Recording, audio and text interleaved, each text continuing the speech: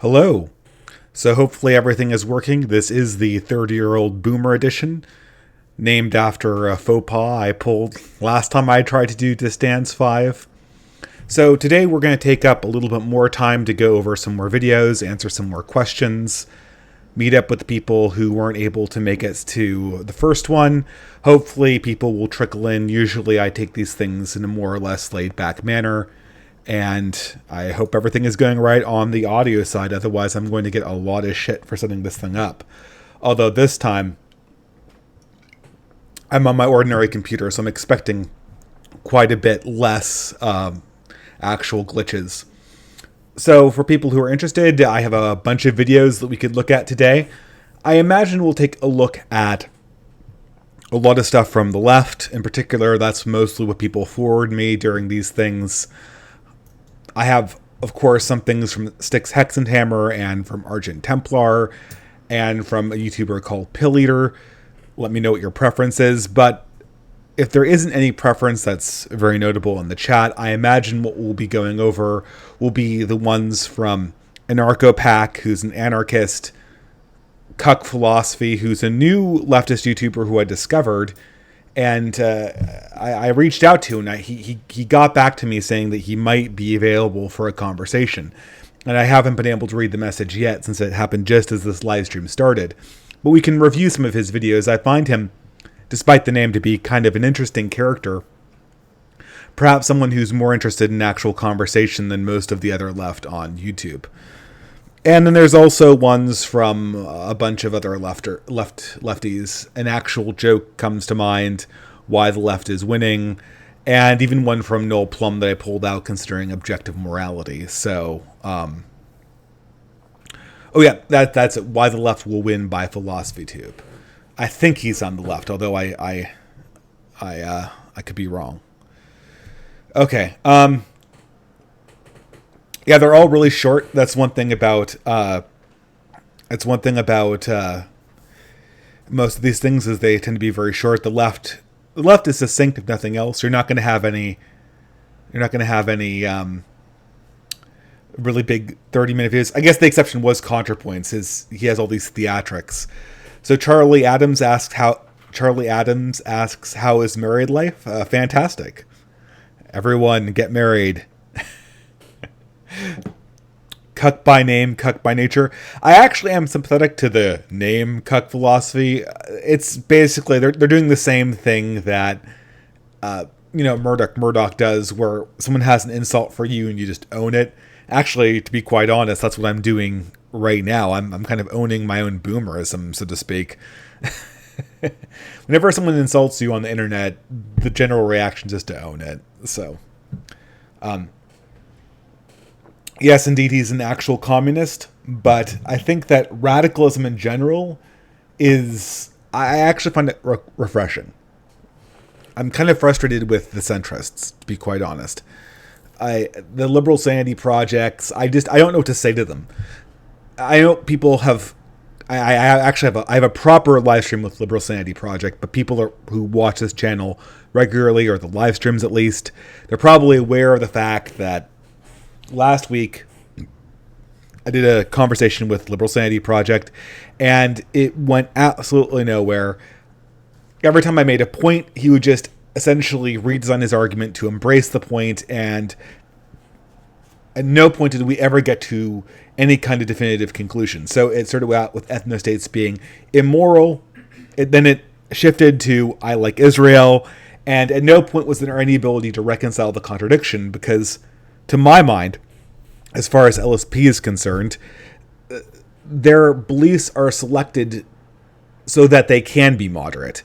And when you really get down to it, there are very little principles in his philosophy. They're just a series of compromises, a series of ways of framing the debate so that he can seem like the one who's reasonable, that he can seem like he's the one that's on the side of the authority, and that kind of mimics his general attitude towards authority in general. It's always a deference to someone he thinks is smarter than he is. And it seems like a lot of the centrists crowd, it's not so much a principled position, it's an aversion to any kind of independent thought. And I'll have to say this with Marxists and with other leftist radicals, at least they understand that they have to have theory, they have to have a philosophy, they have to have a worldview that they stand up and defend, and not just a deference to the status quo and to the authorities that govern the status quo. Now, you're absolutely right, Charlie Adams. I ordinarily stream later than this. I'm trying, again, I had a free day and I'm streaming earlier so that I didn't run into dinner. Obviously, my schedule is changing now that I'm married. I'm living with somebody. It's not so easy to necessarily come up with, well, I guess it will be necessary to come up with regular times for these things. But for the time being, there's going to be some irregularities. Cuck Philosophy is my favorite lefty YouTuber. I haven't seen many of his stuff, but it looked pretty good to me. You know, I mean, it looked honest at least. But, you know, at any rate, people can tell me what they want to see. 1588, that's a new one. There are 15 words now.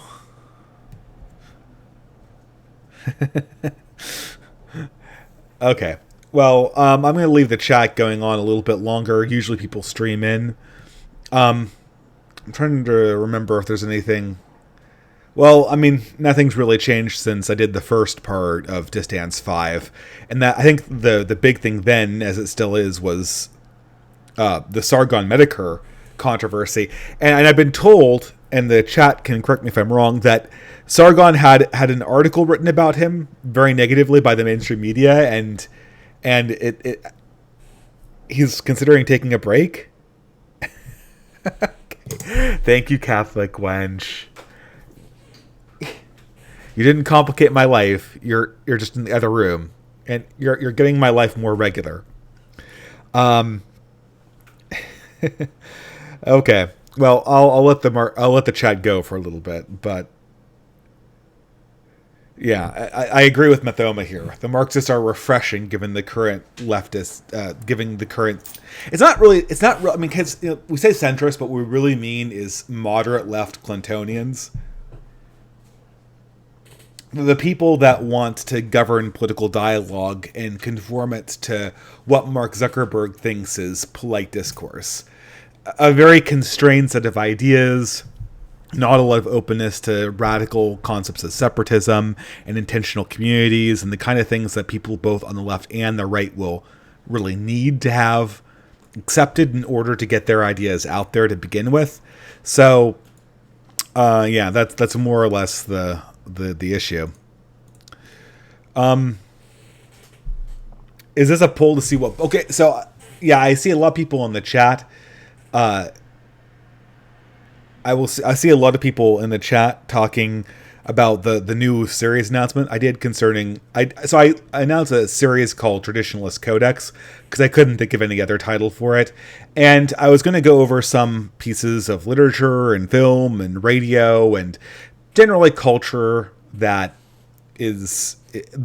affected me and that I think I've learned something from, and basically tell people who are watching why they should be interested in it and what I learned from it. And I haven't come up with the exact format.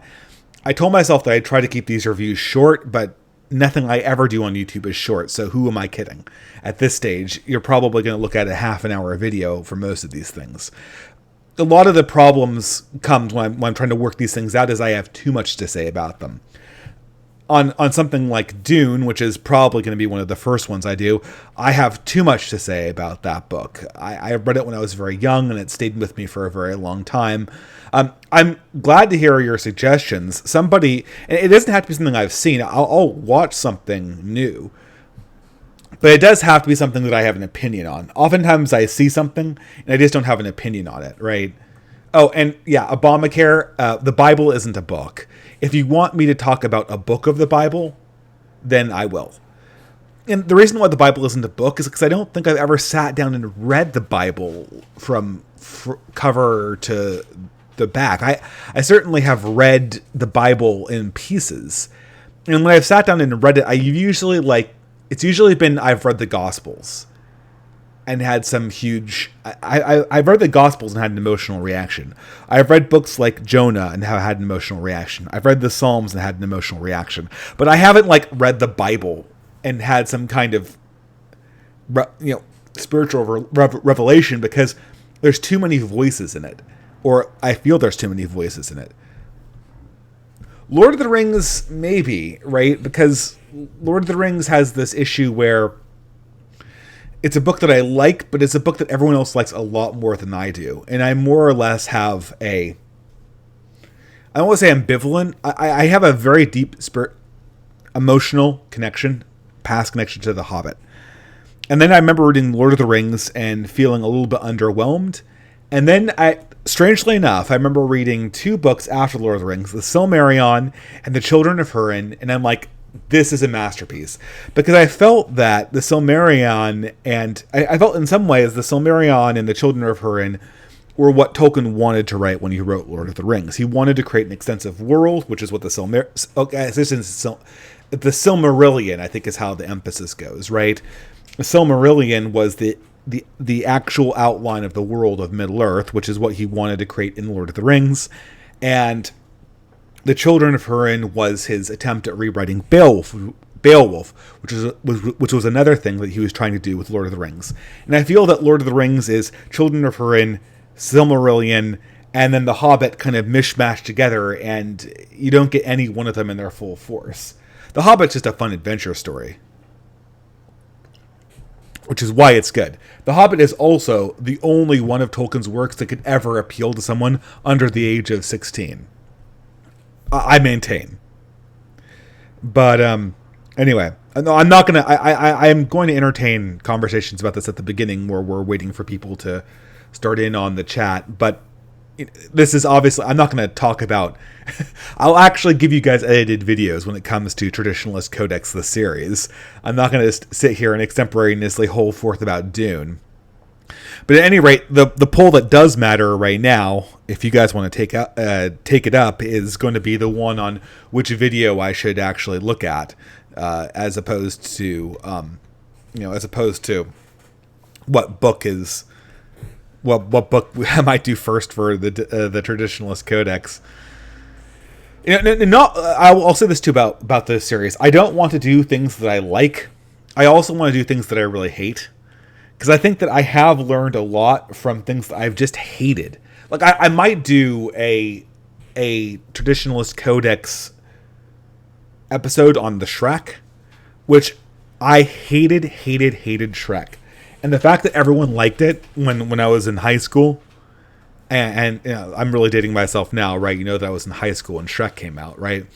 The fact that everyone liked it makes me hate it even more. But do cuck philosophy. I agree, guys. I think cuck philosophy is the best one. What are the? But I'm gonna wait for about 2 or 3 more minutes.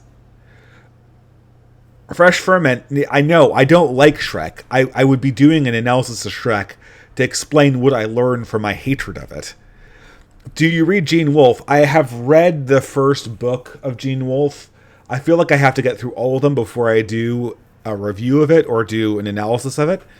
I'm currently reading War and Peace and finishing that book up. So after that, Gene Wolfe will probably be next. Oh, people hate me because I don't like Shrek. All right.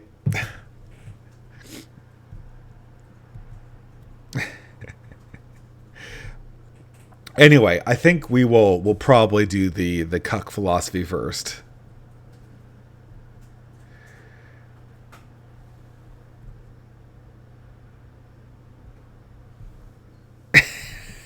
Okay. I'm glad Catholic Wench liked Shrek, although I think we had bigger disagreements over Star Wars, personally. I mean, didn't we? And I like Star Wars, but I think one of the things I'm going to go over if I do Dune, and I can't imagine the series going on where I'm not going to dissect Dune. What I probably will do is I probably will do Dune, the sequels of Dune, which in many ways I like more than Dune itself, and then the vision of Frank Herbert as seen in other I mean, I don't know if I want to do a 3-part series on one author, but in some ways I feel like to appreciate it, it's Dune, the sequels, and then Frank Herbert's broader career. But yeah, it's interesting to compare Dune to Star Wars.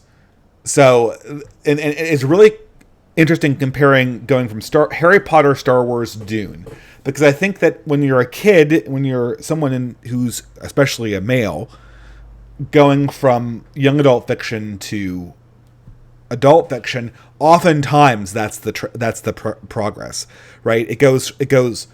You read stuff that's like Harry Potter, even though Harry Potter was a little bit before my time. You go on to things like Star Wars, and I was like a huge Star Wars fan in early high school, and then you discover Dune, and that sort of, it really inserts a lot of reactionary ideas. A lot of truths are in that book, even though there are a lot of flaws in it. And I do think it is a very flawed creation, Dune. And there's a reason why I consider it more or less unfilmable. But at any rate, let's okay, I got my first super chat from Aged Boomer. Aged Boomer for $1.99 says Shrek was awful. Well, I'm not an aged boomer, although I guess I am a 30-year-old boomer, and I totally agree with that. I mean, I guess it is sort of like a self-satire, and that's its saving grace. But other than that, it's a really spiteful movie if you look into it, and more, it perfectly embodies the current progressive notion of the alliance of the alliance of the oppressed. Like, the ogres are oppressed, therefore we're going to take them and make them the victors of their own fairy tale, and therefore we can tell a very stereotypical fairy tale with the trappings of this alternative group that was dispossessed, and that trappings makes what we're saying not cliche, but it is cliche still. There's nothing new about it. The core of the fairy tale hasn't actually been subverted. Have you heard of Jaredowski's Dune? Absolutely, and I'll be using the art of Jaredowski's Dune in my review of Dune, because I think in many ways Jaredowski's Dune... Okay, for those who don't know, Jaredowski... I don't even know how to pronounce this guy's name, but Jaredowski was... He's a filmmaker, an author, and he's also wrote a bunch of comic books that I actually really like, and I might review some of them too, of the French style. And he was going to do a version of Dune before David Lynch got his hands on it. And I love David Lynch, but not his version of Dune. Although there are some things that I really like. The costumes were good. And he designed a whole vision of Dune that was absolutely fantastic. And I will use the art of that in the analysis of Dune, the phenomenon. Why the Left Will Win. I have enough time to do Why the Left Will Win and Cuck Philosophy. Actually, I might do Why the Left Will Win first, because I think that's a little bit more pertinent. Yeah, Starship Troopers is another really good one. I could see myself doing... Well, I probably would roll the movie and the novel into one. I mean, it's always hard. Like, these things, both at this stage... The movie and the novel have their own sort of fan communities around them. So it's starting to get to the point where it was very easy to talk about both of them in one 30-minute video, to where there's just too much stuff to say about each individual work. Okay, another super chat for $20 South Korean. Why the Left Will Win, the right disrespects Shrek. Yeah, pretty much. Oh, yeah. Thanks, Catholic Watch. You caught a burp. Who did you marry? Yes, Cuck Philosophy is real. It's not a joke.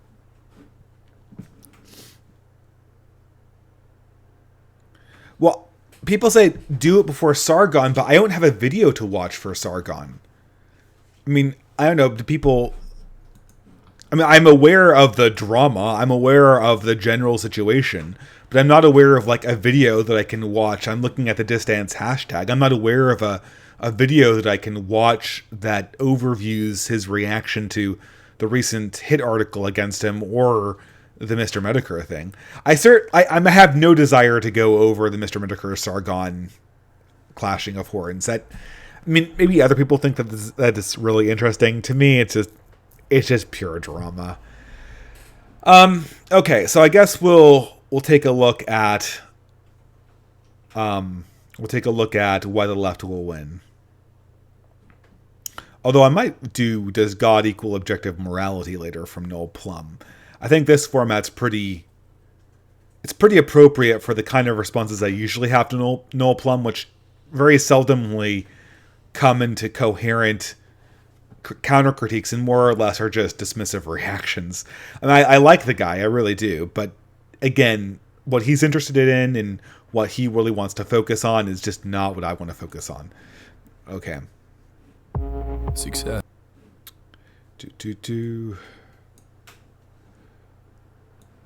While this is going on, I'm going to look at the chat some more. Oh yeah, here's another one that I will absolutely not do. I'm not going to do a reaction to Dark Matter's video, which is a reaction to me.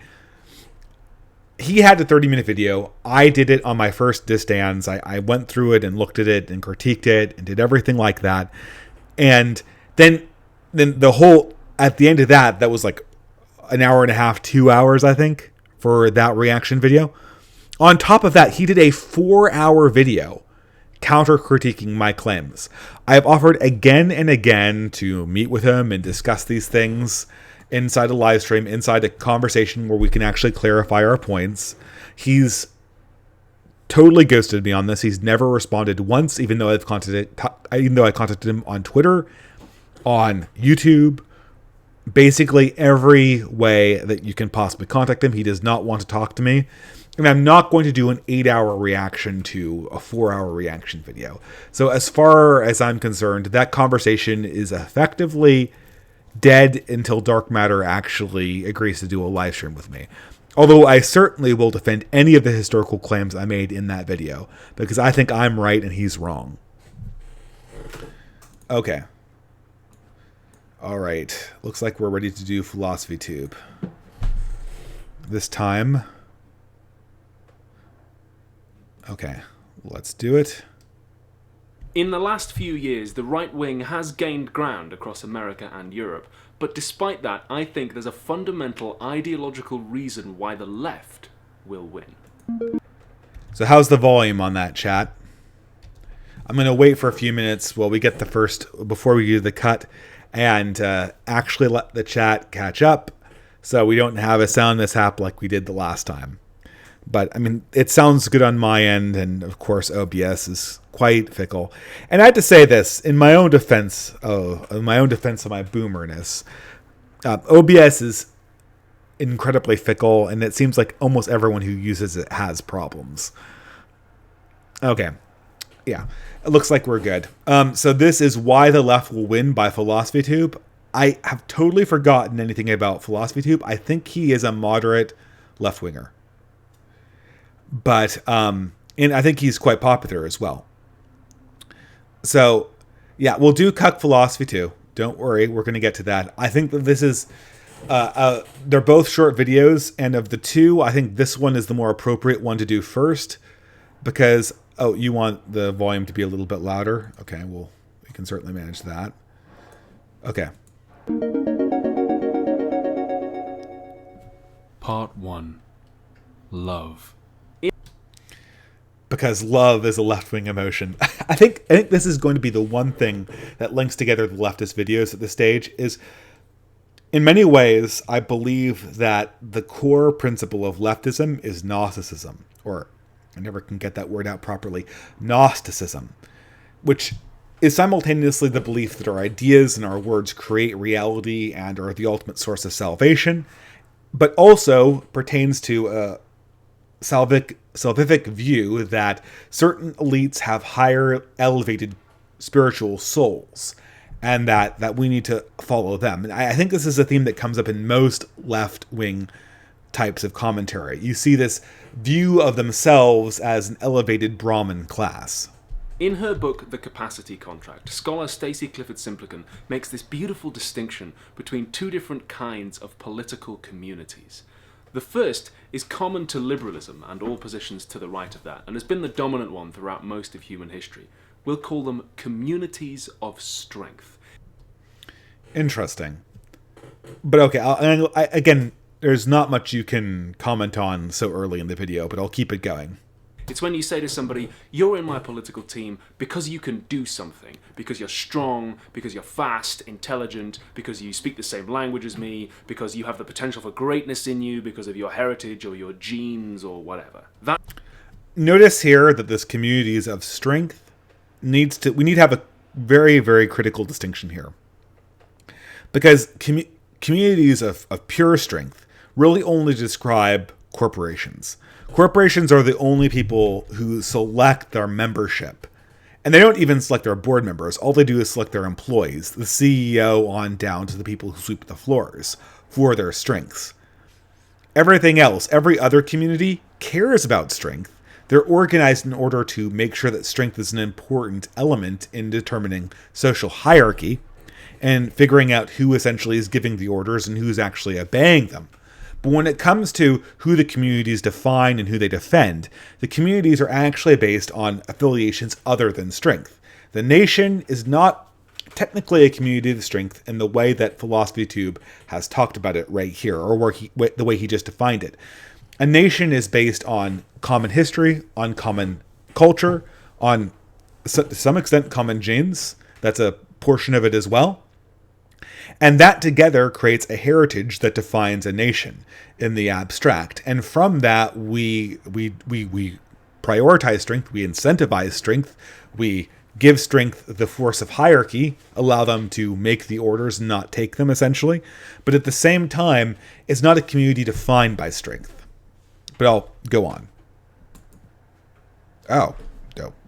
Okay. Full screen again. That's why we're together, because we're strong in the same way, and if people want to be a part of our community, then they have to also be strong in that way. Think about the way that a lot of the discourse surrounding immigration turns on what immigrants can do for the country. Can they pay taxes? Can they work hard? Do they have the right skills? And so on.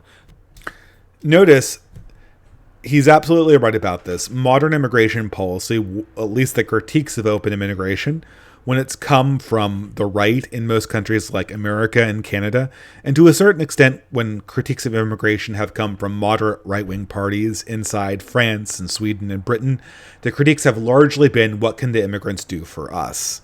That's always been, and that's always been the focus, getting legal immigrants that have skills that we need to make our economy better. However, this does not take into account the critiques of immigration that come from the radical right, be they the racialists on the alt-right or the people who are more religion and culture focused like myself from the distant right that's non-racialistic. And that is the fact that open immigration policies are detrimental even if they are skill-focused, because of the fact that they hurt and in many ways make impossible the organization of society along moralistic and culturally and similarities in cultural and world and cultural outlook that would define a worldview.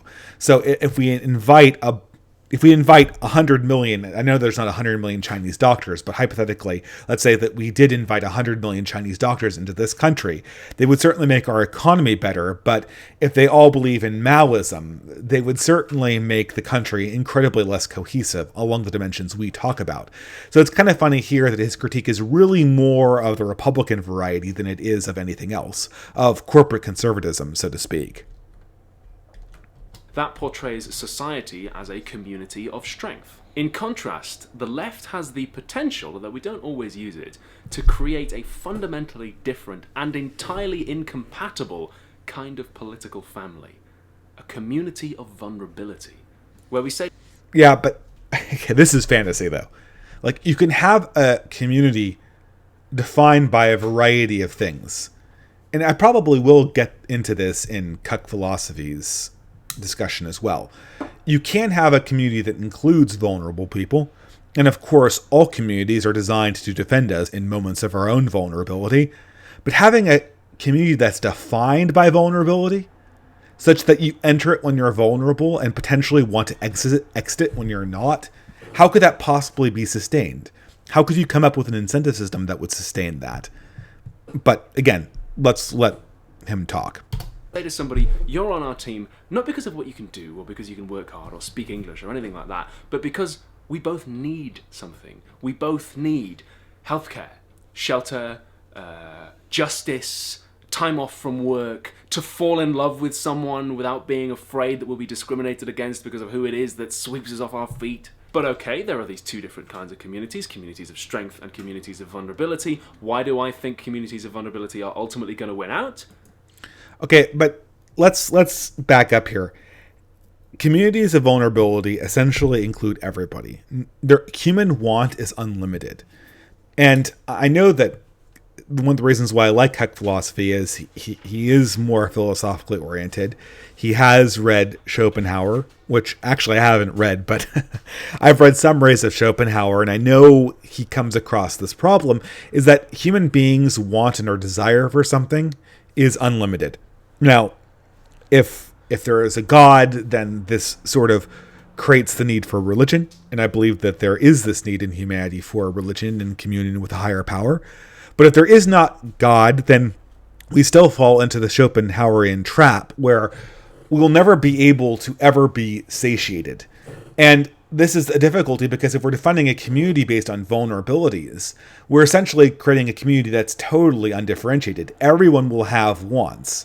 And so how are we going to differentiate between wants that are satisfied and wants that are not satisfied by any community political organization that's going to speak for that collective? I mean, the solution that the progressives have come up with is to create a hierarchy inside a anti-hierarchical organization. Because of the power of shame. In his book On Escape, the philosopher Emmanuel Levinas discusses the shame of vulnerability. Shame arises each time we are unable to make others forget our basic nudity. It is related to everything we would like to hide and that we cannot bury or cover up. This preoccupation with dressing to hide ourselves concerns every manifestation of our lives, our acts, and our thoughts. I think there's a shoehorn going on. I don't think that had anything to do with the previous concept, but I'll let him talk. Are so ashamed of our vulnerabilities. As an example, a few years ago, I had to have surgery on my left leg, and for a while afterwards, I had to walk with a walking stick. And I was totally humiliated by it. I was really ashamed that I was, 20 and I couldn't walk properly. I felt like an old man, And actually, I pushed myself too hard before I really recovered, and the surgical wound became infected. And rather than go to the hospital and have someone to sort it out, I pulled out the infected stitches in the bathtub with my teeth. Okay, so I want to pause here, and I guess I'm giving a more thoughtful response to this. I think people are going to say, like, oh, this is totally wrong. Perhaps people who are really into Nietzsche go, like, well, we should feel ashamed of our vulnerabilities. It's not good versus evil, it's good versus bad. This is slave philosophy. But in many ways, what Philosophy Tube is going over here is a core spiritual insight from Christianity that we need to be at home. We need to be comfortable confessing our own insufficiency. And I know modern secular people on the right, like Nietzsche, and for all intents and purposes, I know that there are left-wing Nietzscheans, but I think for the purposes of discussing reactionary views versus liberal and radical progressive ones, Nietzsche is effectively on the right for all intents and purposes, if we're getting away from contemporary Republican politics. I think the temptation from the Nietzschean crowd and the anti-Christian right is to say, no, weakness is bad. We need to get away from it. We need to deny it in ourselves whenever we feel it welling up. But I think that this is a spiritual mistake. And I think this is a core truth in leftism. I think, at least for this, the last 5-second thing I played from Philosophy Tube, he's absolutely right about this. Sometimes being vulnerable and admitting that you're vulnerable and insufficient to the task is just honesty. It's just truth. And asking a community for support when you're vulnerable is something that I think oftentimes truth compels us to pursue. Now, I don't think that means that we can organize communities based on vulnerability. I think that's fundamentally impossible. But what I think is going on here, I think what we're seeing in PhilosophyTube is a Christian concept. It's a Christian idea that contrasted it with paganism, and is that idea taken to a ridiculous extreme, to the point where it becomes self-devouring. And I think most of the things about progressivism, Marxism notwithstanding, Marxism is somewhat foreign to Christianity. I would argue that Marxism is the one element of progressivism that's not Christianity. But insofar as mainstream progressives are concerned, a lot of the things they do, there's a core Christian truth that's carried to an extent that is ridiculous, extreme, and frankly, stupid. But we'll go on. I got a super chat, however, from The Beast for $9.99. Thank you very much for the contribution. Were you ever able to contact Cody Wilson about a live stream? He's been arrested since then, so it won't happen for a while. Just curious. Also, any chance you could interview Moldbug or Nick Land? Who is Cody Wilson affiliated with? I would be happy to live stream or interview anyone. And if I could interview Nick Land or Moldbug, that would be a huge thing. I think I would have a chance interviewing Nick Land. I know he does interviews. Moldbug, however, I think is intentionally trying to escape the limelight. I think that there's no chance. First of all, I think Moldbug, I don't think he's retracted any of his views. I think he's made it very clear that he does not feel like being a public advocate for them anytime in the future. And I don't even know how I would contact him because he has no social media presence. On the other hand, I think Nick Land would be someone who I could interview, and it might make an interesting Via Obscura episode. It would make a very interesting Via Obscura episode for that matter. But anyway, by the way, if people have questions that aren't super chats, obviously super chats get priority, but @replying me means I'll see them. Otherwise, the chat's just going too fast. And I'm just going to check in on, I think we're okay. All right. I'll keep on going with this. And that was really painful and pointless and so daft. I should have just asked someone to help me. But I was so ashamed of that vulnerability that at the time, being a very angry young man, that was actually less painful than asking for help. But it's not just other people from whom we seek to hide our vulnerabilities. What he is talking about is being comfortable with humility, however, not vulnerability. And I think that might be the distinction. I think what he is trying to mold a Christian principle of humility into some larger political frame. One seeks to hide from the others, but also from oneself. We see in shame its social aspect. We forget that its deepest manifestations are an eminently personal matter. The necessity of fleeing in order to hide oneself is put in check by the impossibility of fleeing oneself. I mean, this strikes me as the existentialization of Christianity. Everything is in relation to the self and not to a higher power. And I think that's what transforms humility into something that's kind of silly. And the thing is, human beings are always going to be vulnerable. We're always going to get old. We're always going to get sick. We're always eventually going to die. We're going to grieve. We're going to hurt the people we love without really meaning to. We're going to get anxious and we're going to get afraid. And so a political family that brings people together by saying, hey, it's okay. We're all vulnerable and you don't need to be ashamed of it, is always going to have some kind of appeal. Vulnerability is the beginning of true solidarity. I mean, it is an important aspect, but the problem is it has to be balanced by people who are actually willing to make the sacrifice. This is always the difficulty with these attempts to recast Christianity in secular frame, is that, well, from the left at least, you get sort of the all mercy community and no judgment, or at least on the surface, right? On the surface, the left is all about mercy and no judgment, or no justice, I should say, right? And in Christianity and in other monotheistic religions, people oftentimes emphasize that God has two natures, the justice and the mercy, that are in balance, in perfect balance.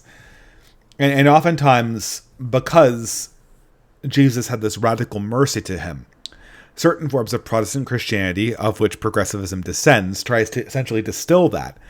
But what does it even mean to have a community defined only by vulnerability? I don't think it actually works. I mean, even, I know he's going to go this whole Martin Luther King route, but the only reason that worked was because they were able to follow it up with real political action. Realize that the arc of the moral universe is long, but it bends toward justice. Even in the most starry-eyed white supremacists' dream future, where everyone has 3 white children and traditional housewives chug gin to suppress the knowledge that they're complicit in their own dehumanization, people are... Again, I mean... Again, this is just... I mean, I don't know if you need to respond to this. We agree that when it comes to the radical right, the radical right does not preach a corporate model of community building. So this is probably more or less a straw man. Still going to be vulnerable, and they're still going to be drawn to ideologies that say, hey, that's okay. That's actually why punching Nazis, whatever you think of it morally and practically as a tactic, is ideologically quite a clever move. Okay, that's a can of worms. Okay. Okay, I just can't. We're gonna have to reset it and do that. But here's the problem. Before we get onto I'm gonna reset that and listen to it over again because I just did a double take.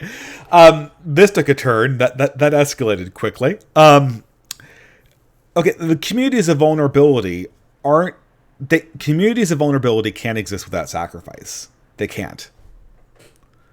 So, when you create this community of pure vulnerability, what's going to be the motivating impetus for self-sacrifice? Because without strong people, or even non-completely vulnerable people who are willing to sacrifice their own needs for the goods of this community that is, like we said, has a certain element of vulnerability in it, how is this going to work? It's basically like an open-ended insurance scheme. That makes absolutely no sense. And I think they even realize that makes sense. And of course, we're getting right on. We're going straight from everyone needs to be vulnerable to now excusing political violence, which is just shows you that where this theory of pure mercy leads. They can't own the fact that they need to have justice. So the hard course of judgment and the hard course of brutal decision making gets smuggled in on the side with zero self-awareness and zero self-examination. And because of that, you get this insane lack of self-awareness that I can sense is coming up right now. But I'm going to back it up. People are still going to be vulnerable, and they're still going to be drawn to ideologies that say, hey, that's okay. That's actually why punching Nazis, whatever you think of it morally and practically as a tactic, is ideologically quite a clever move. So it's immoral and impractical, but it's ideologically good. What does even ideologically good mean if it's immoral and impractical? I mean, even ideology, even when we talk about worldviews justifying certain things for a reason, I've never seen a worldview not justify something either by its practicality or by its morality. Does anyone have a counterexample to this? I don't know. Maybe I can think of a third recourse aesthetically. Like it's beautiful to punch a Nazi, just like it's like Achilles in the Iliad was this image of beauty, even though he did immoral things by killing Hector, or taking his body and riding it on his chariot around Troy. I can't think, if it's not aesthetically, what does ideologically correct mean when he's giving the caveat that he does not mean practically or morally? But whatever. Because nothing exposes the lie of somebody crowing about how they're the super strong master race faster than getting their ass handed to them. Unless they don't. But this just demonstrates that at the end of the day, this community of vulnerability has to be able to back itself up with power. I mean, this might be an effective critique if if the fascist was essentially a corporate entity. But he's not.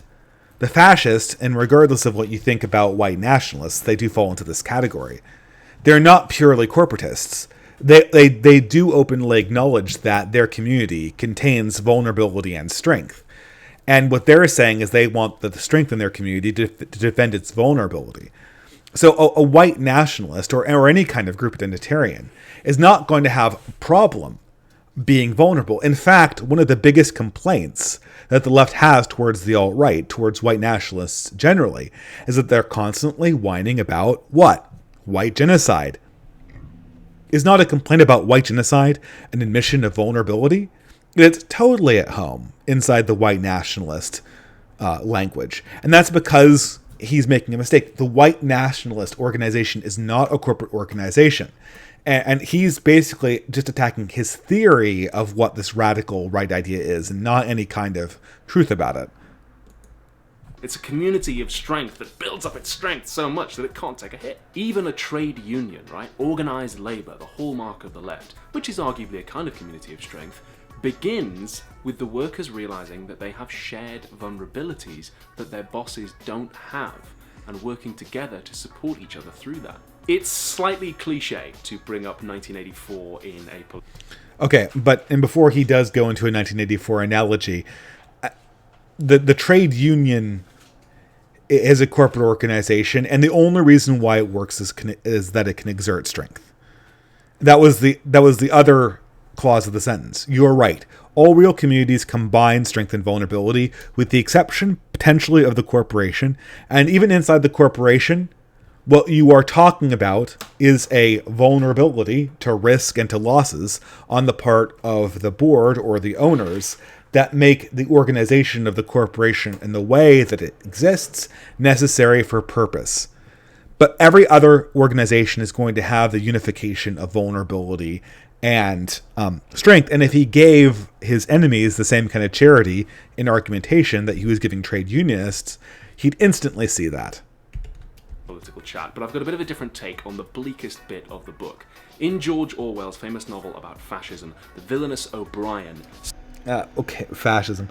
I mean, the model was Stalinism, but we'll go with it. ...says to the hero, Winston, if you want a vision of the future, imagine a boot stamping on a human face forever. That's it. But is that strength? That's not strength. That wasn't the vision of...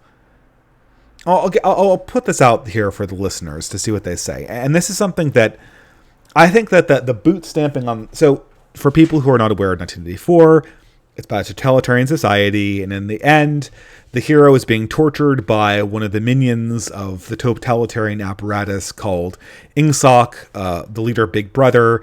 And one of his minions is called O'Brien, and he's torturing them, and he's having this strange platonic dialogue. And O'Brien reveals the vision to Winston, the hero, the anti-totalitarian, that the vision of Big Brother, the hypothetical leader, is a boot stamping on a human face forever. This is not particularly fascist in origin. It's much more akin to something that you'd see in a communist regime like Mao Zedong or Pol Pot, where the main image is a communication of class vengeance, of historical vengeance.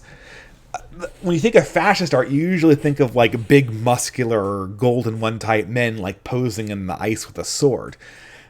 That's not to say fascism isn't violent, but the image itself of the boot stamping in a face is not something that is particularly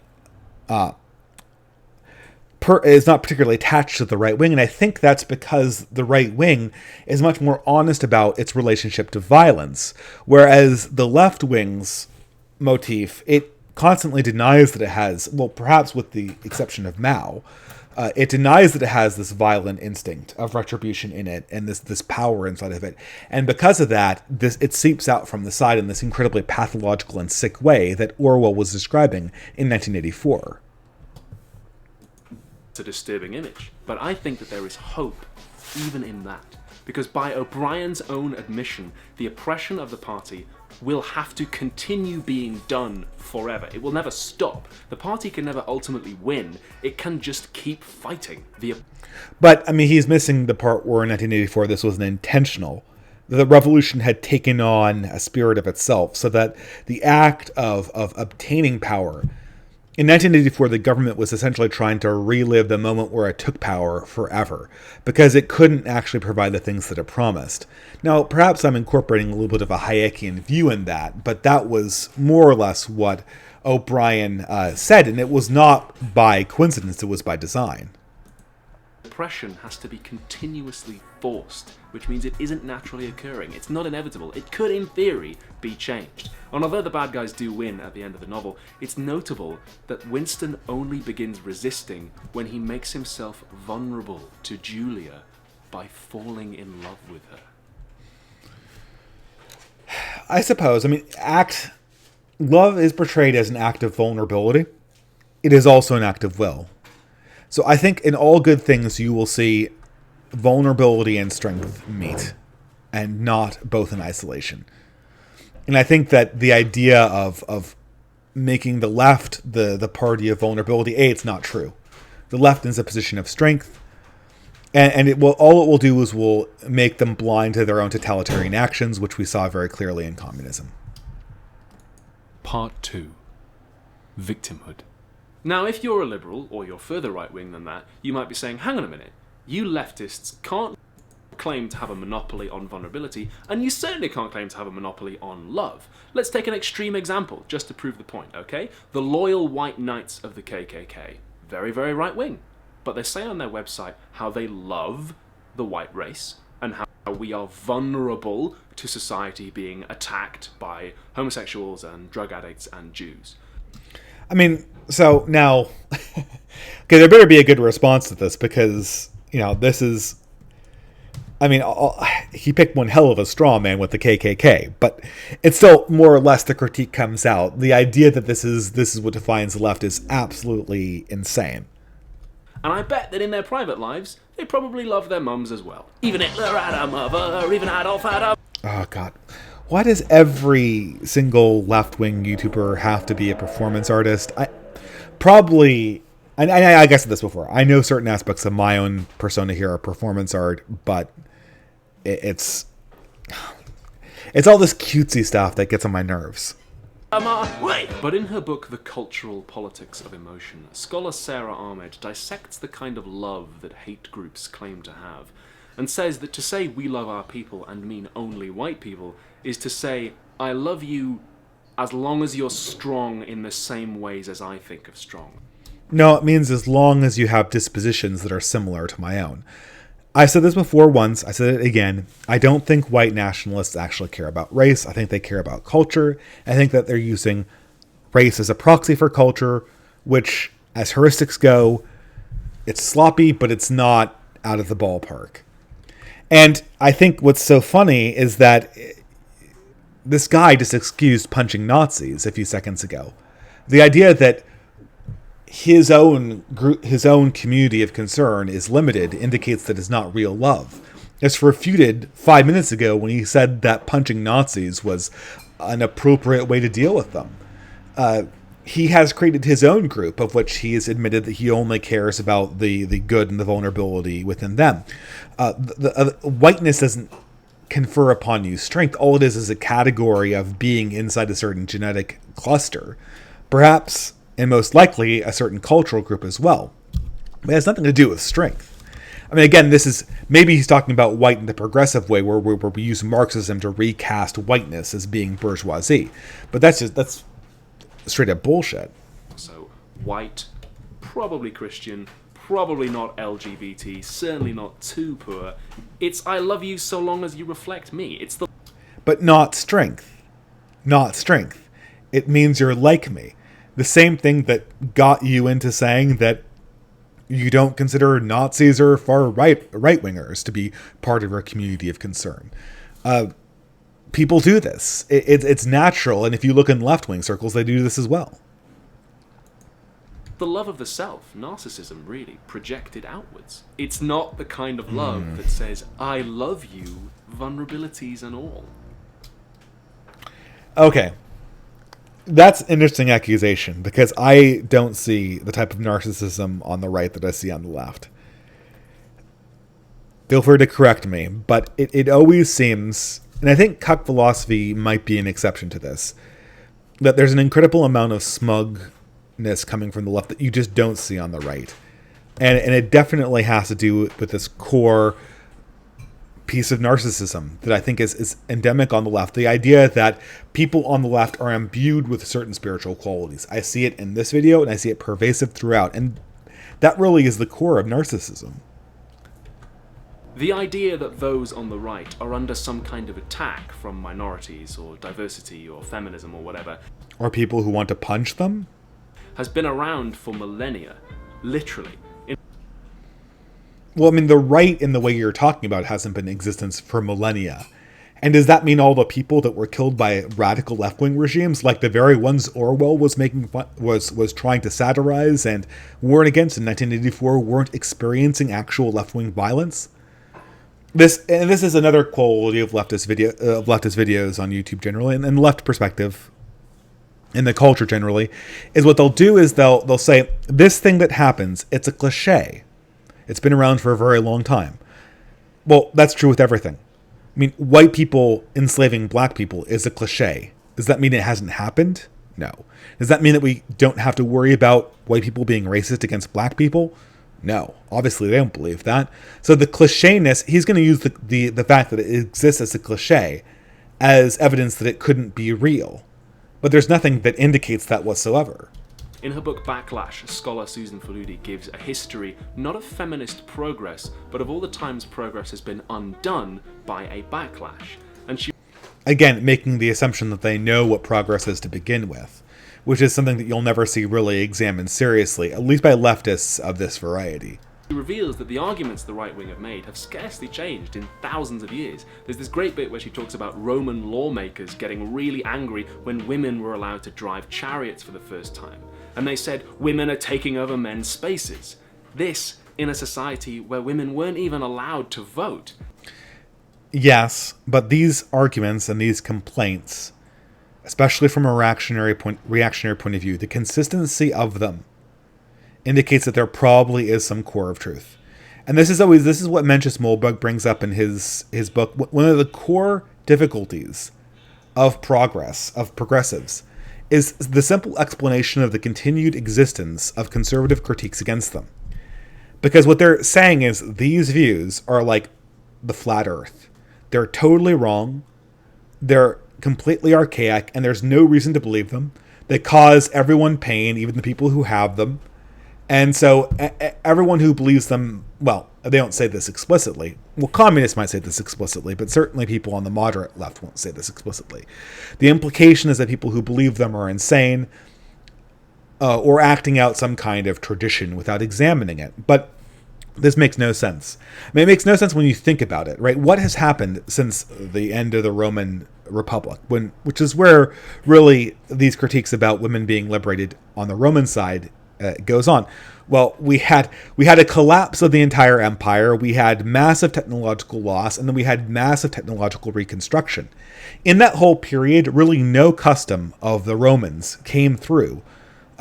Basically, some of the customs did when it was rediscovered by Christian civilization, by Merovingian civilization. It was sort of reincorporated. But the idea that this was just a tradition carried down, and that the only force bringing these cautionary concerns forward is just inertia. There isn't enough inertia to take a critique from Augustine's time to our time. There must be some kind of core problem they're critiquing when they're bringing this problem up. And given how Rome collapsed, I find the reactionary point of view on this subject to be much, much more compelling. And I don't really, it's like Mencius Moldbug said, I understand that progressives have answers to these, but not ones that make a whole lot of sense when you think about it for more than 5 minutes. And people still make that same women taking over men's spaces argument today about everything from politics to video games. What Ahmed and Faludi illustrate is that communities of strength sometimes attempt a version of vulnerability, but it comes out wrong, because true vulnerability is just ideologically incompatible. So it emerges as this kind of false victimhood. Yeah, and so this is, but you now see sort of the circularity. True vulnerability. Well, what's the definition of true vulnerability? Well, the vulnerability that the left recognizes. And how do we know that the left recognizes it as true? Well, it's because it's compatible with the leftist vision. So all we've done is we've defined true vulnerability as only the vulnerability that the left chooses to acknowledge. And everything that the left does not choose to acknowledge is not true vulnerability. But if you look back across this entire talk, and it's not been long, you'll see that the only quality that's distinguished it from vulnerability that is not true is the fact that the left promotes the true vulnerability and the right promotes the false vulnerability. There's been no evidence to indicate otherwise. With no real basis in material distributions of money and power. The classic example Absolutely not. Have you seen how the elites in this country vote? is white supremacy, which says that white people are naturally superior. But that on its own is... Again, which none of our actual elites who are wealthy believe explicitly, and which almost all of our elites who are wealthy take measures to promote against. So this idea cannot in its explicit form be something that the people who have material advantage support in any sense other than a purely psychological one where we're drilling into people's implicit reactions. Isn't going to draw a lot of people in because a lot of white people are still miserable because of capitalism. So the white supremacist has to posit this additional ridiculous conspiracy theory about the world secretly being run by Jews in an attempt to keep white people down. Yeah, but I mean, I've noticed this also about, I don't think this guy is actually a Marxist, but capitalism, ContraPoints does this too, where capitalism becomes a boogeyman. They can talk about capitalism like it's a problem, but they never talk about what they imagine, their imagined alternative. So capitalism just encompasses every system that's ever worked. It encompasses Stalinism and Maoism. I mean, when he says that, like, they have these, they're impoverished because of capitalism, he doesn't mean that if we had Stalinism or Maoism or Fidel Castro or Hugo Chavez designing the economy, they wouldn't be suffering. He doesn't mean that, I don't think Philosophy Tube is now anarchist or now Marxist. He doesn't mean that if I could redesign our economic system so that it would be Marxist or anarchist, they wouldn't be suffering. What he is saying is that every system ever has had this problem, but I want to abstract my own brain out of everything. And I again, distributist cliche 101, surprise, surprise.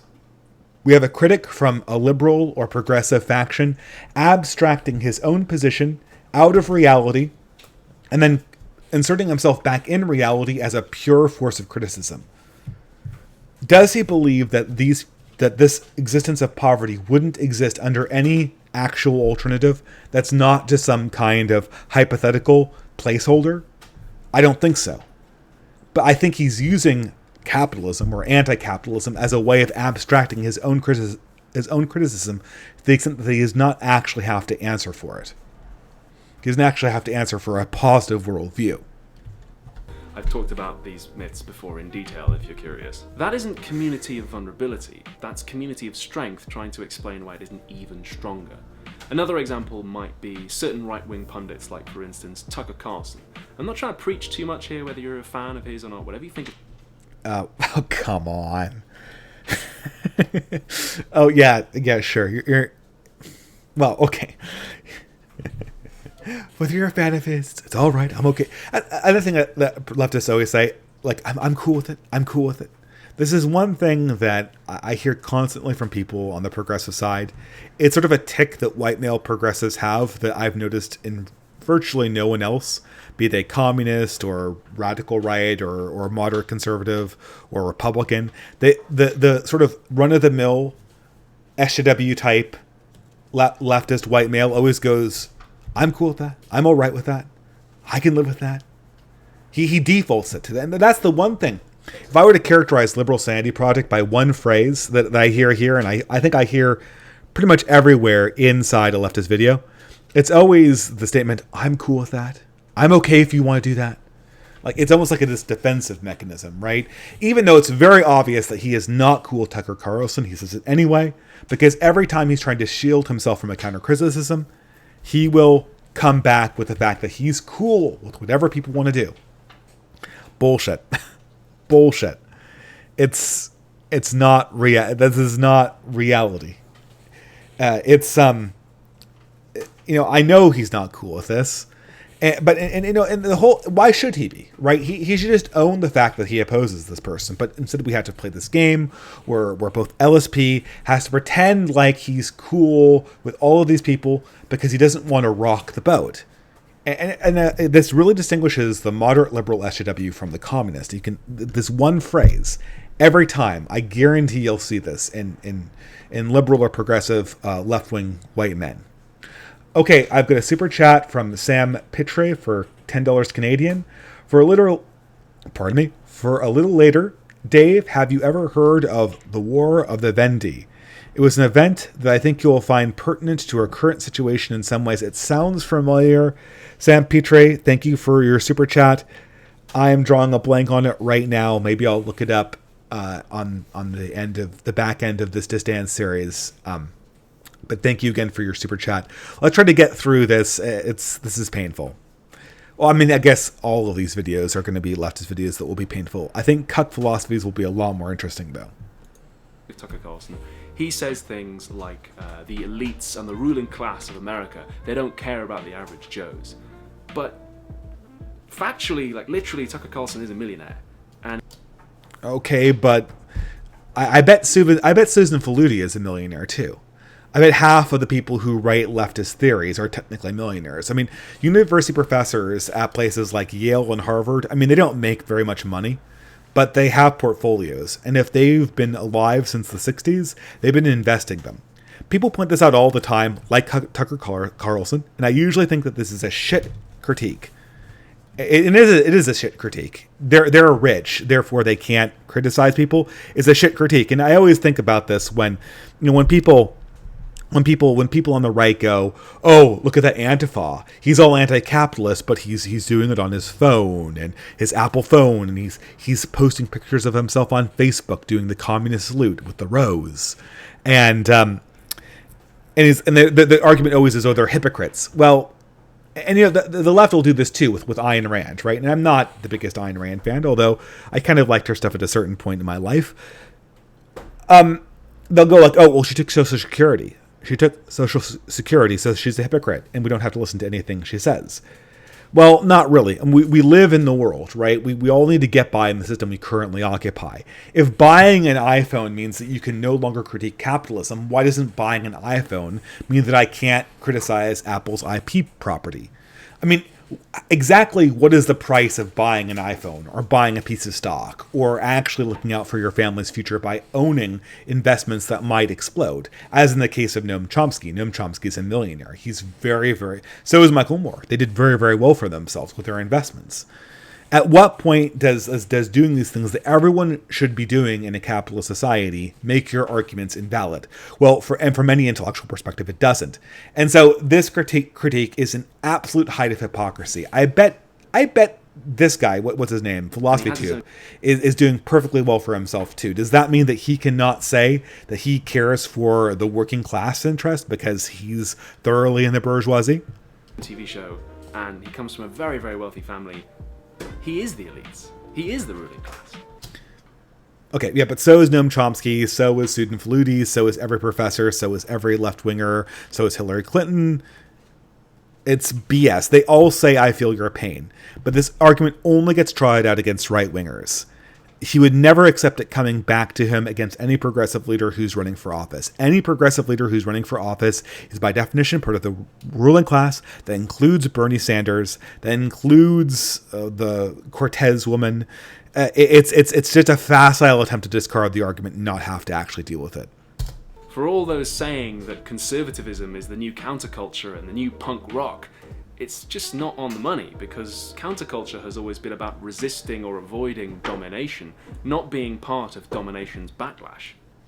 We'll get to that. I have a super chat from Seneca the Reader for $5 American. Thank you very much. On the subject of economics, how do you think the corporatism of Salazar and Dollfuss compares to Anglo-distributism and might either manifest in the West? I've heard of corporatism, and usually it's, perhaps I'm butchering this, but I associate it with like other South American things like Peronism. I don't know. I mean, to tell you the truth, when it comes to this stuff, when it comes to this fascism and corporatism and distributism, we need to take elements of these ideas and then we need to remix them for the modern age. We need to write, people who actually understand how economic theory works need to be inspired to write about this stuff. I'd be happy to interview people who do this, but there's a certain amount of intellectual groundwork that needs to be done. I'd love to help in this process, but I think resurrecting word for word the specific ideologies of these 80-year-old ideas. And again, if you go back to tribalism, I said this many times, it's the reason why it doesn't work is that it's so focused on quantums of property, on ways of organizing property that are just not pertinent to how we organize property and wealth in the present day. The most notable distinction being distributivism's utter focus on land. But land is not where wealth is. Now, I agree that for any kind of traditionalist platform, low property values, low sales to burgeoning families of the native population needs to be a centerpiece of their position. So it does have a role. But at the same time, when it comes to creating an overarching economic theory, we got to update these theories. We can't just copy and paste corporatism or distributism from the 1980s. And I imagine when we do develop new theories, it's going to be part of corporatism, part of distributism, et cetera, et cetera. Now, this is separate from the fact that, I know what the counter-argument is. The counter-argument is, well, Marxism is 200 years. It's almost 200 years. Well, it's not almost. It's about 150 years old at this stage. But people from the left still see it as an organizing impetus for creating new ideas. Well, sure. And I think that might be more interesting. But I think that the reason why is because I think that people go back to Marxism more for the cultural aspects and more for the religious promise of an end of history and utopianism than they do for the actual theories about how to organize a society. And I don't think distributism or corporatism are views of history or a philosophical notion of how to organize society. I think that they're actually attempts to create policy. And because I think that reaction and reactionary philosophy is something that needs to be organized and filled out and made poetic and lifted up as a counter critique of Marxism. Because I think that it's the cultural description of history that reaction and traditionalism and Catholicism offer Marxism that is the real rival to Marxism. I don't think Marxist economic theory or its theories about specific organization are actually alive, because I think Marx was largely wrong about all of those things. I also think he's morally wrong and historically wrong about history and its organization and flow, but it really is in those moral, poetic, and historical arguments that gives Marxism its longevity, not the specific details about how it wants to organize a political system. But I kind of lost my place. What was this guy talking about? Of domination's backlash. I mean, sometimes... Okay, I need to back this up. Conservatism is the new counterculture and the new punk rock. It's just not on the money, because counterculture has always been about resisting or avoiding domination, not being part of domination's backlash. I don't know. You guys tell me. In the light of Alex Jones getting banned from credit card companies and Stripe and the right-wingers basically getting shut out of YouTube and all of these other institutions, the fact that this guy's ideas are prominent in every one of the elite institutions where our ruling class sends its sons and daughters to get educated. What world is he talking about where right-wing ideas are dominant? I don't see it. My ideas are not dominant.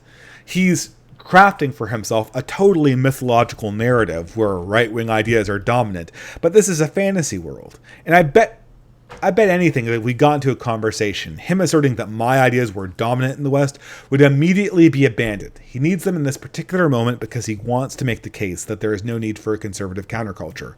I'd say a conservative counterculture is already rising up from beneath us. I think it needs more leaders. I think it needs more people who are willing to put out new cultural works, new aesthetics, and not just recycled leftist ones. But now this is just something he's telling himself. He would not defend this if he was actually confronted with it in stark terms inside a debate with me or any other person from the right. I can guarantee you that. I mean, sometimes when leftists get together, there is a certain amount of domination going on, but that's a totally different thing. What about the punching Nazis part? And also, in fairness, victimhood and self-pity and making bigger conversations about ourselves aren't exclusive to the right. We can all do it. Victimology isn't exclusive to the right? My God, man. I have a hard case making it not exclusive to the left. I'd say, I mean, it's mostly a left-wing phenomenon. The cult of victimhood is something that is encouraged by this entire video is a call as an appeal to victimization in some sense. But now I guess what he means is that the false victimhood, the heresy of victimhood is, but of course he just did a definitional turn there, right? He said that by definition, if you're a right winger creating victim groups, then you must not be right because the left is the person in position of the true victimhood. This is just a church defining what its own heresy is, and I guess by definition, this is an admission saying that there are heretics inside the own Church of Progressivism. So there might be. I mean, Terce would be the perfect example of a progressive heresy at this stage, but that's what he is essentially saying. That we own correct victimology, and that every now and again, someone with incorrect victimology finds their way. They sneak their way into the progressive movement. Feminist scholar Elizabeth Martinez cautions us against the oppression Olympics, where we take a conversation about politics and something that's bigger than ourselves, and we make it about our own oppression and say, oh, I'm oppressed in this way, and that counts for more, or this is the most fundamental axis of oppression, or whatever. What? Does he not know about intersectionality? Does he not know about the progressive stack? Again, he's not going to challenge it. These things are not only dangers, they are already implemented inside the contemporary left. It's already happened. There's no point in worrying about whether you shut the barn door. The animals have already all run out. We don't need more competition among different social groups for the gold medal of most oppressed. Where... Are you paying attention? Don't need more comparisons of suffering between women and blacks, the disabled and the gay, Latino teenagers and white seniors, or white feminism, anyone? Whatever. Pursuing some hierarchy of oppression leads us down dead-end streets where we will never find the linkage between different oppressions and how to overcome them. Vanity is a very pernicious sin. We're all susceptible to it sometimes. I mean, I'm a YouTuber and an actor. I'm as susceptible to vanity as anyone else, more so probably. The idea of the oppression Olympics reminds me of a great phrase that I learned in drama school, which is a little bit of a personal mantra. Curiosity, not ambition. But even as some truly dark things happen in the world, the left is always holding on, and we're starting to gain ground, especially here on YouTube. Okay, well, you're holding on. I guess I should ask what he considers the left to be. I'll never know. But maybe he's talking about, like, straight up, like, Bolshevism? Maybe Bolshevism is just holding on and they're just starting to get ground on YouTube. This is not in line with what we see from any other institution. The media is overwhelmingly center-left, and the universities are they're not overwhelmingly far left, but they publish far left stuff. Their professorship has a huge element that is far left. If we exclude pure Bolshevism, there's no way to sustain this perspective in any meaningful way. So I'm going to go on with this. Left tube. We're in our ascendancy. And not just liberal tube, left tube. Capitalism needs to go tube. We need a whole new philosophy tube. Some people say this is because of trends or algorithms or right-wing creators losing their touch, but I think there's this deeper ideological reason. More and more people are vulnerable. So communities of strength just don't cut it. They never will. Well, they never will. How could that possibly be? If you said that communities of strength thrived in the past, then how could you be so certain that they never will in the future? The only way you could reasonably say something never will work is if you think that it's just impossible. I am positive that communism, as Marx described it, will never work. But that's because I think that it's just impossible based on how it's set up. If something worked in the past, I'd almost be certain that it would come up in the future at some stage. But this is, again, I guess this is just leftist mythology, right? This is leftist mythology concerning how communities of strength will never work. I mean, if it's all communities of vulnerability, how are you going to stop the cultural equivalent of the collapse of the commons from occurring, where if you prioritize victimhood, you're going to get more victims essentially moving into your movement, into your country, into any organization that you set up. If you do not balance that with the concept of justice, and I don't know. I mean, well, I can get that this is the motivating mythology that the left is going over right now. Let's let it run to the end. The place you want to be is the place where you can be you unashamedly, because it's our vulnerabilities that make us beautiful. Does anyone believe they can be themselves on the left? Is that a current experience? I mean, correct me if I'm wrong here. I never felt at home on the left, even though I was a leftist. And it wasn't even necessarily ideological. I find the left to be an incredibly inhospitable place. Acceptance, in some sense, culturally homogenous right-wing circles, in my experience, have been the most warm places because of the correct assumption that they carried inside of them. Cohesion, reciprocation, a moral code that people could lean on, because putting your faith in the compassion of men is futile. Putting your faith in something of a higher order actually does lead to human compassion.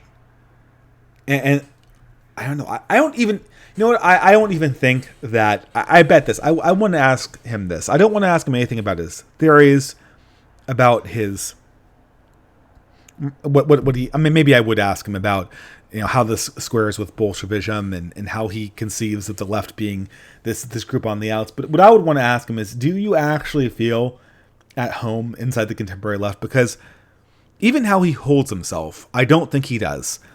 Oftentimes from a lot of men on the left, a lot of white men on the left, and this guy certainly qualifies, you get this sense that they're constantly on the verge of apologizing. And that's not usually the mark of a man who feels at home in a community. Men who feel at home in a community usually like being assertive. They like taking ownership of things. They like defending what they have, what they think is actually valuable to them. This guy psychologically does not seem like he's the result of a community that's really at home with people being themselves. At least in any kind of capacity that's not counter to what has traditionally been supportive of our civilization.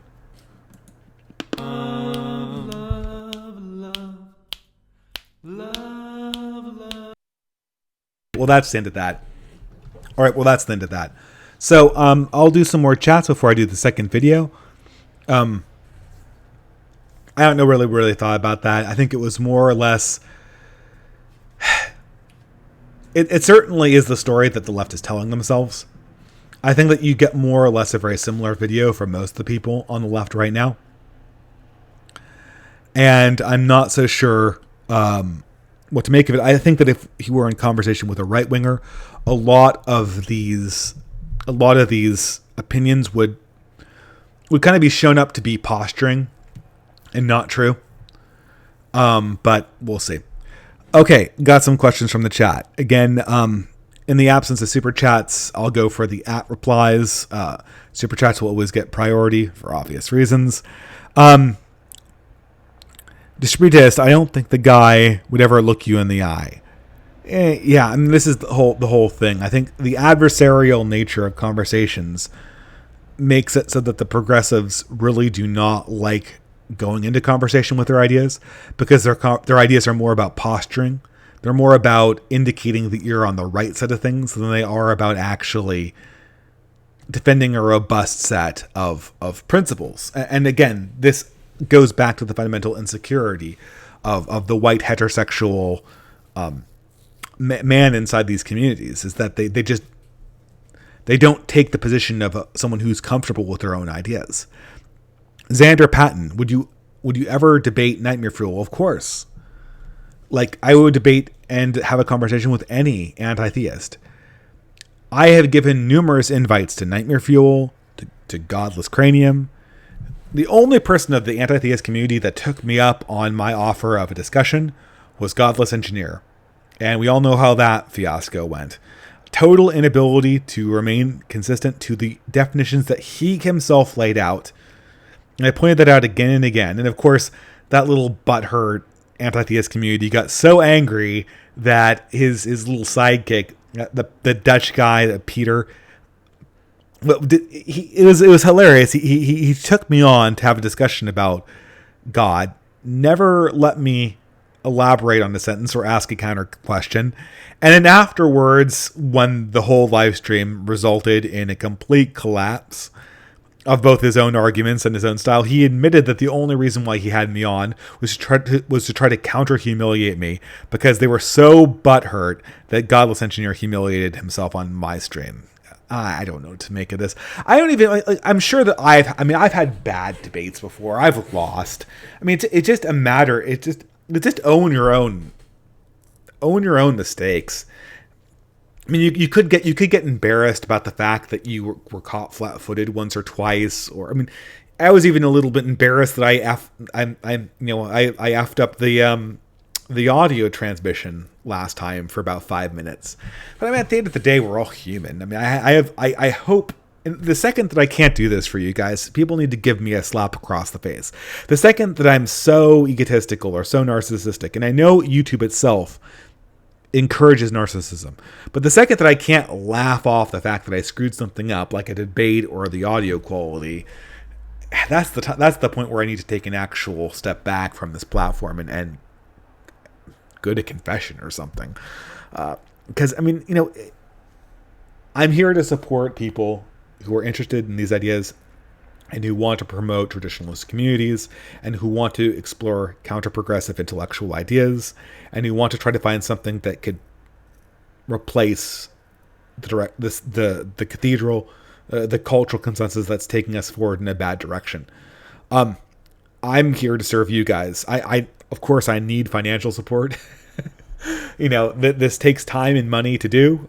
So I'm really thankful to people who are doing that. But at the end of the day, this is not about how I can own people. This is what I can give to you. And entertainment's part of that. If I can face plan and reveal myself to be the 30-year-old boomer that I am, hey, I hope that 5 minutes of entertainment you gave me, that the 5 minutes you had laughing at me when I was struggling with my audio last time was worth it. Okay, so we have a few more questions. Oh, some more super chats. So Bell for $5 Canadian. Thank you very much. Hopefully Godless Engineer will finally learn the ukulele.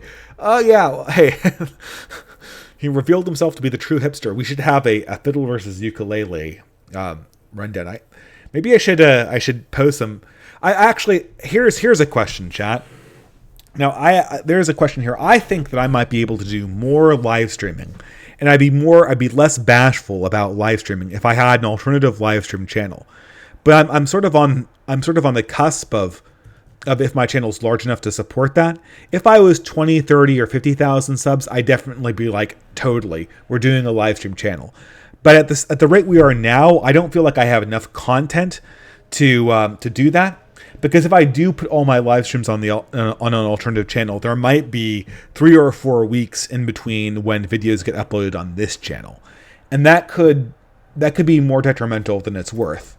Other than that, I feel a certain responsibility at 13 or 14,000 subscribers to make sure that I don't totally spam this channel with stupid conversations and stuff that really should be in Skype calls or Discord conversations. But at any rate, tell me what you think. Do you think that we're ready for a separate live stream channel? I already have a separate channel for audiobook recordings called, well, surprise, surprise, Traditionalist Codex, the same as the new series on cultural works, but that's neither here nor there. Another super chat by Torin McCabe for $5. The video I sent you is perfect corollary to what an honest victim sounds like without the fall. Victimhood is our strength. Oh yeah, that's another really good one. Yeah, Torin McCabe did send me a good video. I think we might be able to get through it. I think I have enough time to get through 2 videos. Yeah, hello world. Yes, I do have a Discord server. I think there's a link in the low bar in most of my videos.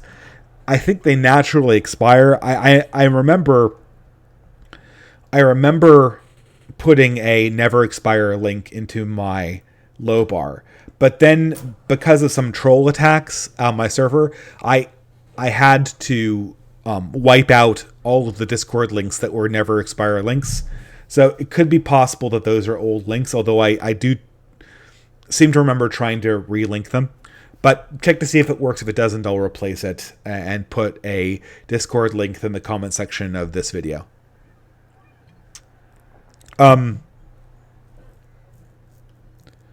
How do you approach W.E.B. Du Bois or someone ideologically similar in a conversation? I think W.E. Du Bois was a reactionary. I think that a lot of people like Malcolm X were reactionaries. I don't think that my ideology is different than that of Malcolm X. I think we are actually very similar. I think we play for different teams, but the future, the problems we're concerned about, the lack of spiritual awareness, the lack of authenticity, the hollowness, and even care for our own peoples is something that we share. I think that we could come to an agreement very, very easily. And I think that if there was more honesty well, okay, not honesty, because there is a lot of honesty. I think generally African Americans are in many ways more honest about what they think than most white people are. But what unfortunately what has happened to the African American community is that they have a bunch of highly dishonest leaders that are educated at Yale and Harvard and who are drawing big checks as diversity consultants for multinational corporations that are telling them what they should think. And because of that, although I think African Americans are very individualistically honest about what they think, and I find their perspectives incredibly refreshing, a lot of the people who speak for the African American community are just the biggest charlatans of all time.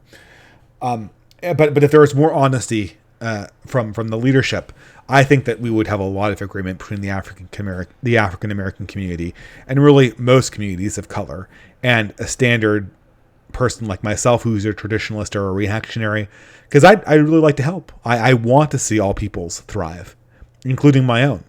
And I think that the corporate and multiculturalist leaders of the present system are detrimental to all of those projects, whether they are African American or European or Christian. Well, I mean, African American and European, I think we're part of a much more important community called Christendom. I think even atheists who are pro-Western are part of the community of Christendom.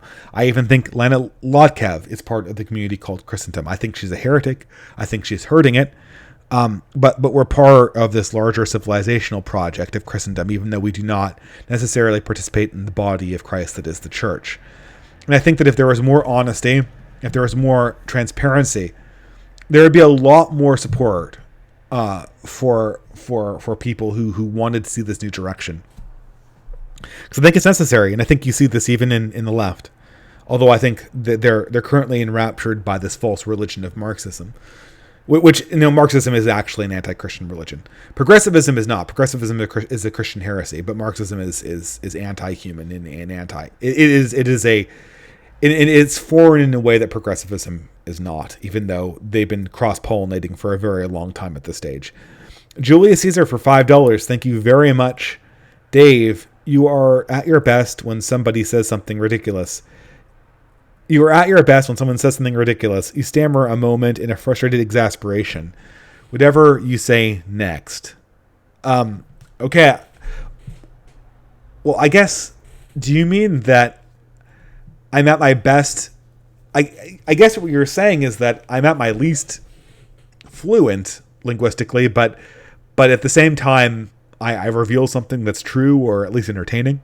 Again, I have no problem being entertaining. That's part of the role here. I'm heartbroken to hear that I'm only entertaining. I'm heartbroken to think that I'm only a fool. But I totally realize that part of what I'm doing here is being a fool. It is screwing up and being rough around the edges is part of this game. But what I'd like to think is that I'm simultaneously communicating some truth and giving you guys out there, the people who want to pursue this alternative route, some kind of insight, some kind of thing that you can take forward into your own lives, in addition to the fact that I'm kind of a little ridiculous. So I'd like to believe that there is a combination of me stuttering and actually you getting some truth, some goodness, some beauty from you listening to this. Would you debate Kurt Doolittle? I don't know who Kurt Doolittle is, but I certainly would debate him. Says Septimus. That's again, that's super chat. Septimus for $2 American. Thank you very much. Yeah, sure. Does anyone know? Perhaps someone can reply me and tell me exactly. Is Kurt Doolittle an alt-writer? Is he a progressive? Is he what's his perspective? Okay. Distributist, could you please describe... This is not a super chat. It's not reply, but I think this is a good one. Could you please describe your ideal pope to succeed Pope Francis? Oh, yeah, that's easy. Reformer. A reformer who is open to radical traditionalist experiments being attempted in the church. So the ideal successor to Pope Francis would come onto the scene and go, okay, guys, look, we need an Inquisition. Or, I mean, we have one. We have an Inquisition. I need the Inquisition. So he would come in essentially holding a sword and an olive branch. And they'd be very, very specific swords and olive branches. The sword would be, we have a heresy problem. We are going to swing the Inquisition down on heresies of the spiritual dimension. We are going to re-emphasize communion with God as being the point of the church, and justice inside the church as being the number one priority. All of this environmental stuff, that's good perhaps, but is not the focus of the church. That's for temporal authorities to take on. And the Inquisition is going to be used against the people who bring in pederasty and who make excuses for sexual improprieties in the church. And we're going to make sure that the church is refocused.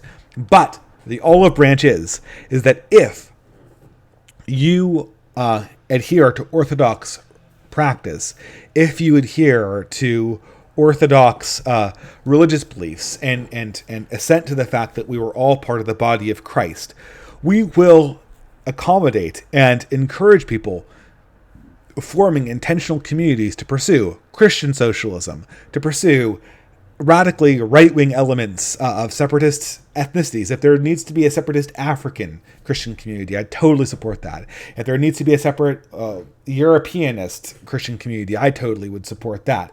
So we'll simultaneously swing the sword on orthodoxy and on ethics, and then simultaneously say that when it comes to exploring alternatives to the side, why not try to let radicalism on both the left and the right bloom, as long as it obeys the spiritual and moral orthodoxy of the church and still stays within the purview of the mission that Christ handed down to his steward. And that's more than anything else what I hope a new pope could do. I don't know if that pope's European. That pope could even be African for all I know. But I think he'd have to have those two dual messages in order to be the perfect replacement for Francis. Anyway, once again, I've gotten ahead of myself. Let's move on. Do people want to, I'm going to try to do 3 videos. Do people want to do the anarcho pack first, or do they want to do the despair on being nice? Let's do the shorter one first. Okay. So I think the one that Torrin McCabe is shorter, so we'll do it first. Something I've noticed a lot online is leftists treating other leftists terribly. Okay, so this is, I think, I know Torrens forwarded me this video. I've seen like the first 5 seconds of it. It looked really interesting. So we're going to look at it. It's 5 minutes. But we'll see. Yeah, and when I say an African Pope, I mean an African Pope who supports orthodoxy, not an African Pope who's going to facilitate the destruction of European Christianity because African Christianity is ascendant. I think European Christianity and African Christianity and multicultural Christianity are all good things, and they all need to have their own spaces to thrive. And I think I think the church does have a role in making sure that all of these good 3 things don't overpower the others. So this, to give you a lead into this video, this is a video by an anarchist about interacting with other people on the left, and it has my favorite character of all time, Eeyore. A lot of people in my own life tell me that I'm like Eeyore. even though I probably come off here as being much more choleric and much less melancholic, at least in my YouTube personality. Trying to be nice to people online. I don't, of course, always succeed. Some days I'm in a bad mood and I let it out on a random stranger who's wrong about the history of the Russian Revolution. In my video, How Should Anarchists Talk to Liberals?, I argued that being nice to people online is important for actually having a worthwhile discussion and changing people's minds. The likelihood that they'll listen decreases in proportion to how much of a dickhead you're being. But this isn't the only reason. Another reason... So, I'm actually immediately sympathetic. I am a person who started this YouTube channel to try to get people into conversation and to be nice. But I've noticed that as I've kind of... As the channel has gotten... It's not gotten incredibly popular, but it's gotten to the point where it's no longer a small YouTube channel, and it's now thoroughly into the small to medium-sized YouTube channel. It's above 10,000. It's now medium-sized, right? Or small to medium-sized, right? You know, when you average all YouTube channels, obviously not comparing it to someone like PewDiePie or those people who just draw on the big bucks and actually make this a career, right? But as I've crossed that threshold, the 10,000 threshold, I have more responses than I can possibly get to. I have more requests than I can possibly answer. And when you get to that point, you encounter a lot of people who are repeating arguments that you've heard before, and you forget that your role here is as a teacher, and you get really irritated. Like, and I know I was about to do this, and one of the videos here is by a guy called Pill Eater, and I talked to them by Skype, and what I got was a bunch of pet theories, him talking to me about these abstract ideas and these hypothetical realities that just seemed like LARPing to me. And I acted like an asshole to the guy. But it felt like he was wasting my time. And you only have so much amount of time to do this, especially when you get married and, I have sort of a lull in between the end of school and perhaps another career. Well, definitely another career picking up. Let's not lie, right? Unless I make more money off of this than actually support myself, which is... I'll make enough money probably to keep it going, but you realize that your time here is finite, and because of that, you start being an asshole to people who you think are wasting your time, and you have to kind of take a step back and realize that that's not why you're here.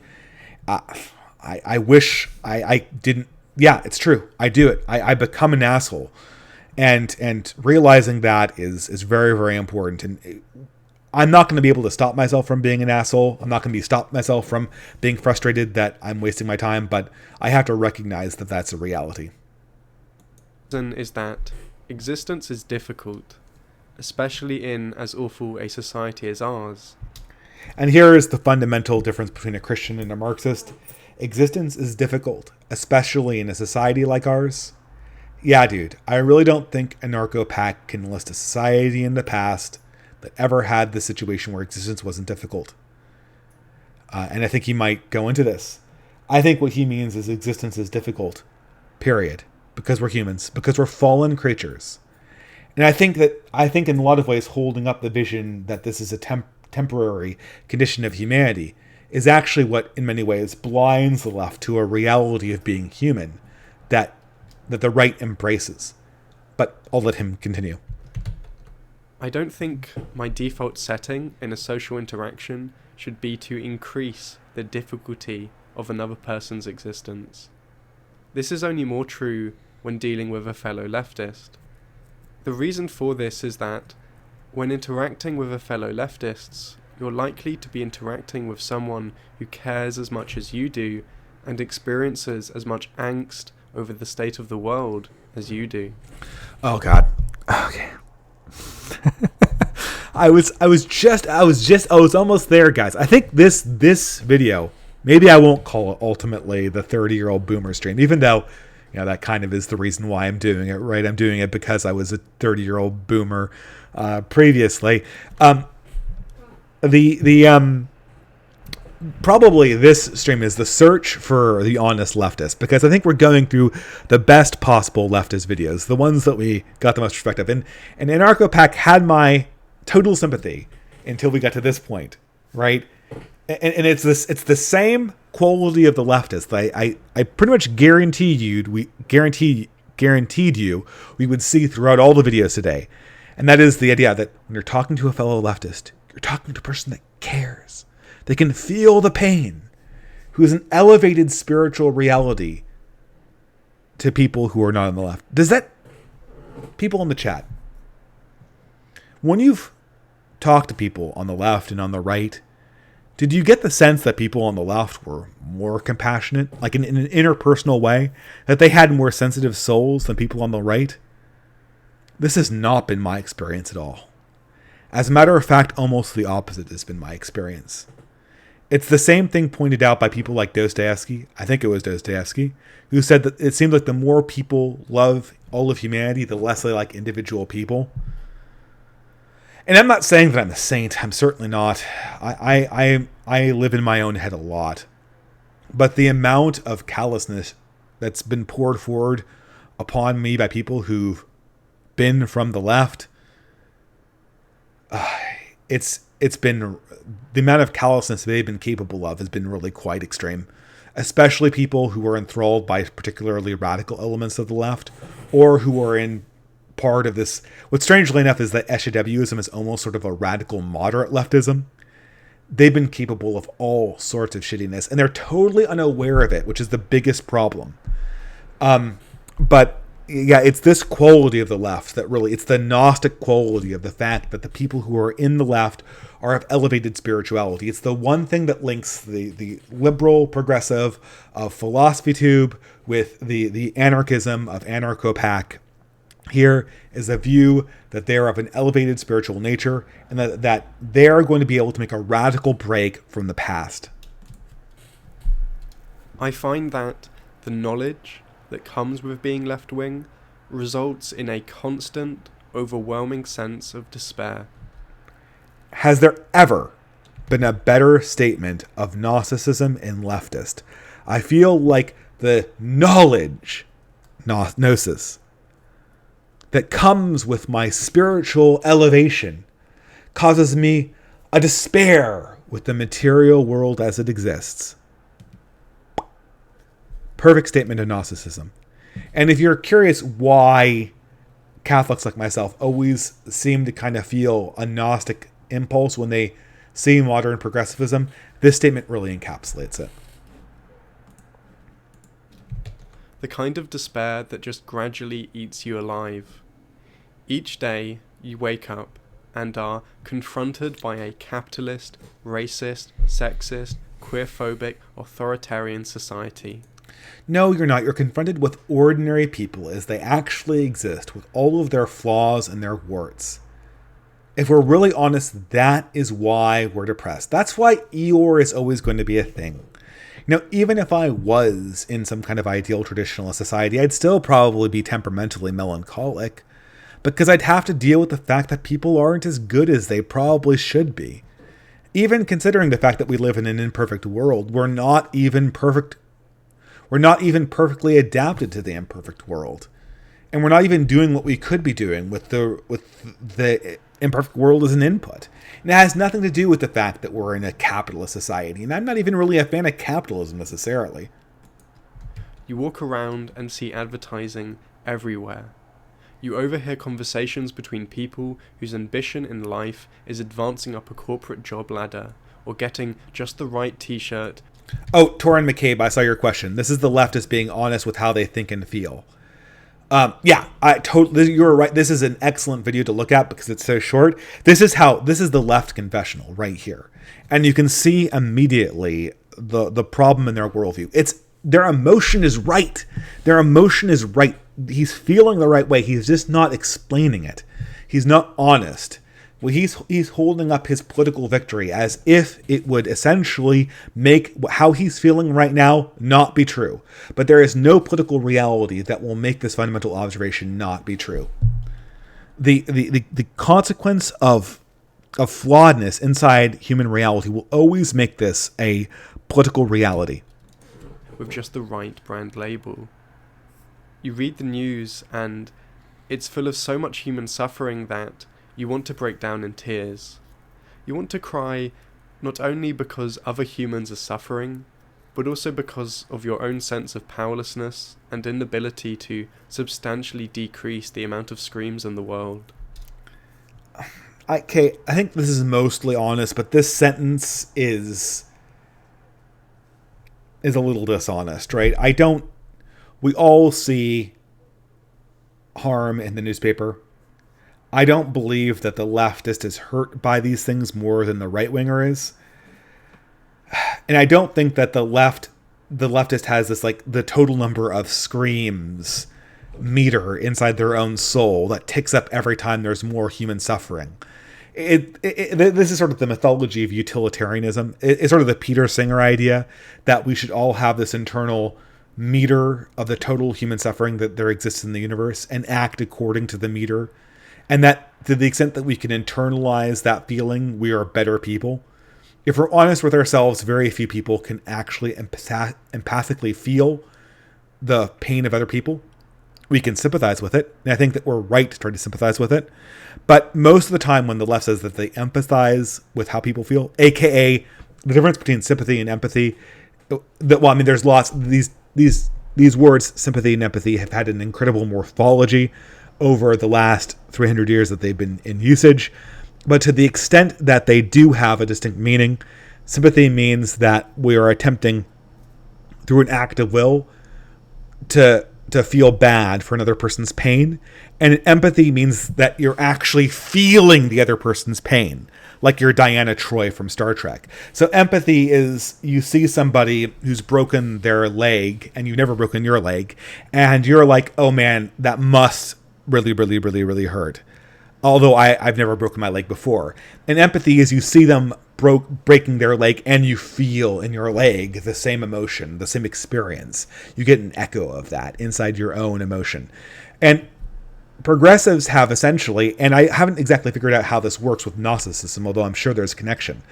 They essentially replaced sympathy with empathy in their own dialogue, because they tell everyone that they're literally feeling the pain that people thousands of miles away from them feeling. They're saying what this anarchist guy is saying, that they're actually feeling the pain that they see in newspapers. And maybe that's true. I'm highly skeptical that it is true. To me, it seems like posturing, and I'm not so sure that if it is even true, that it is morally correct. To me, if you see pain and you make a conscious act of the will to help that person, even though you yourself don't feel the pain themselves, in some ways that's actually a morally superior act of charity than necessarily having to link your desire to help another person with an actual sympathetic feeling of pain that you get inspired by the other person's actual pain. To me, as a Christian, that just seems more authentic. Super chat from Frederick Marks for $5 Australian. Do you ever review other people's ideas/work they send to you privately? I get a lot of emails like that, and I guys, mea culpa. There are like 5 emails sitting in my inbox right now. I have no excuse not to read them and respond to them. When I get a 2-page email with ideas, I have a very hard time writing up a response to it, because of the fact that that response is essentially it's coming at the cost of writing I could be doing to making another video, which I always feel like goes out to another audience. And I always would rather have a Skype call, because I feel like we get to the bottom of that much faster. Now, there's one exception to this. I will try to respond to people's emails, but they'll probably be a lot shorter. If you're going to write me a 3-page email, I'll try to digest it and try to write like a 2-sentence reaction, because if I don't do that, I just won't have the time. The one exception would be that if you have something that you're trying to publish, especially if you're trying to publish it in Via Obscura.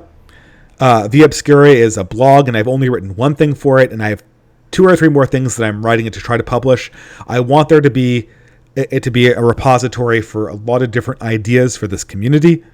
If you're asking, edit this so you can publish it on your blog, then I'm like, okay, I will take the time out of my day to do that and to edit it and to try to make it better so that it's worth it to go out online. Because at that point, I'm actually working to make it for the general audience, as opposed to me spending an hour writing a 2-page response for someone who's only one person's going to see, and that, maybe someone won't even read when I write it. So I'd much, just as a usage of my time, if you can give this to me in the form of something that that I can help you publish somewhere else, or especially for something that you're going to be talking about on my channel, like a guest video or a post on Via Obscura where I'm looking for content, then I imagine that I'll put more priority on that, to be quite honest. But I'm going to continue with the video. This absolute terror only increases when you read a history book. You try to think positive and remind yourself that things aren't as bad as they used to be. Women are no longer the legal property of men. Again, mythology. Homosexuality is no longer a crime punishable by death. And soon other sexual deviations won't be a crime that probably should be punishable by death. At least in the West. But this knowledge of progress is incredibly bitter. Bitter because you are confronted by a past in which generation after generation of fellow humans who were as aware and sensitive as you are went through their lives under amounts of oppression that you just can't fathom. I mean, it's almost like humans exist in a flawed state. And this is ultimately what Gnosticism's failure is that in some sense it asks we're all supposed to follow Jesus. And this gets to sort of like the difference between sympathy and empathy, right? Like Christianity asks people to see Jesus and to follow him in their own very, very imperfect ways. And my God, I feel ashamed of myself whenever I talk about what Christianity calls us to do. I just feel totally ashamed about how imperfectly I'm doing it. But it asks us to make a decision of will. It asks us to will the good of the others, even though we might not be able to feel it. Whereas Gnosticism, it almost asks this divine elite to not like carry the cross insofar as like taking on poverty and charity and virtue, but to literally like emotionally like be Christ, like to take upon their souls the literal feelings of the entire world. And that's impossible. It's impossible because no one's this perfect. He's asking for a perfection that just can't be reciprocated in the souls of anybody. Even the great saints couldn't do what he is asking them to do. In Anarcho-Pact's mind, this progressive elite are kind of like saints. And he's disappointed. A, they don't act like saints in real life. I mean, anyone who's ever known an anarchist in real life knows they don't act like saints. And for my money, and I'm the worst Christian ever for this reason, but in my personal experience, reactionary Christians have acted more saintly on average than anarchists have. And especially middle of the road SJWs, those have been the worst of all. But maybe other people's experiences are different. But at any rate, what he's asking for could not possibly be delivered on. The Last Commissar, thank you very much for the $10 super chat. We suffer because we live in an unperfect world, and leftism is trying to create that perfect world, but they'll never reach that goal because unperfect beings cannot make a perfect world. I hope works. Yes, you said it. That's the statement. That's what I sympathize, man. This struggle, this is real. I mean, this is a real video. The excellent super chat, and actually, probably you could enter right here, but let's try to get through the video so that the Last Commissar's comment can be more or less the last sentiment, because I don't think I can beat that. You had to deal with school and authoritarian teachers. A black child in the 18th century had to deal with slavery and the constant fear that they're going to be torn from their family and sold to a distant plantation. And when you look at human history, that experience is more in keeping with what most people have had to deal with than our lives are currently. It's the human condition.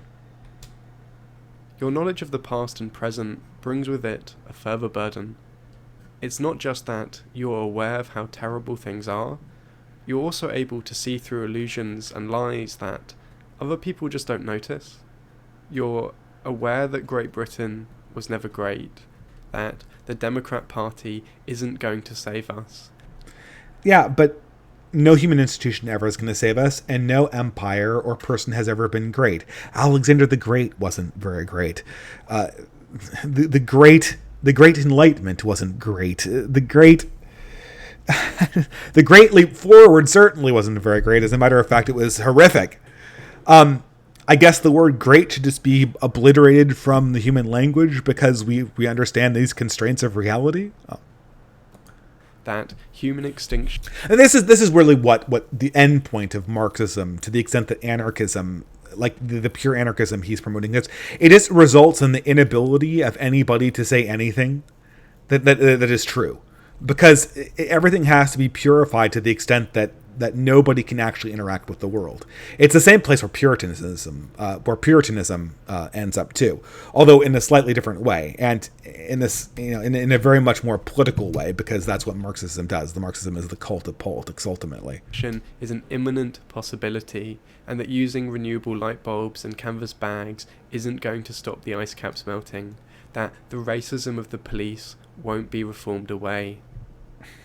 Okay, goodbye Black Lives Matter. I mean, the racism in the police won't be reformed away. Separation certainly would make it go away, but I don't even believe in that. But it's just funny that, this is the thing, right? Like when people say reform won't work, like when people will come to the conclusion that this guy comes to, they will realize that what he's saying is true. They will realize it, and when they realize it, they will be angry and they will demand radical solutions of both the radical right and the radical left right. I guarantee it. And that's what all of this is building up to. It's building up to despair and then a resignation to radicalism that will hurt a lot of people. And I know probably as a reactionary, none of this will go heated, right? But I'm hoping that we can build organizations of sane people to the extent that when this actually does happen, there will be enough people to cut out a small portion of this world so that humanity can actually exist, and actually exist in the imperfect and beautiful way that we all want it to exist in. But part of you wishes you were deluded, because the price of knowing is the inability to function. Gnosticism. Maybe this is just me, but I don't think I'm alone. Well, he's right about that. He's not. This is what everyone is feeling on the left.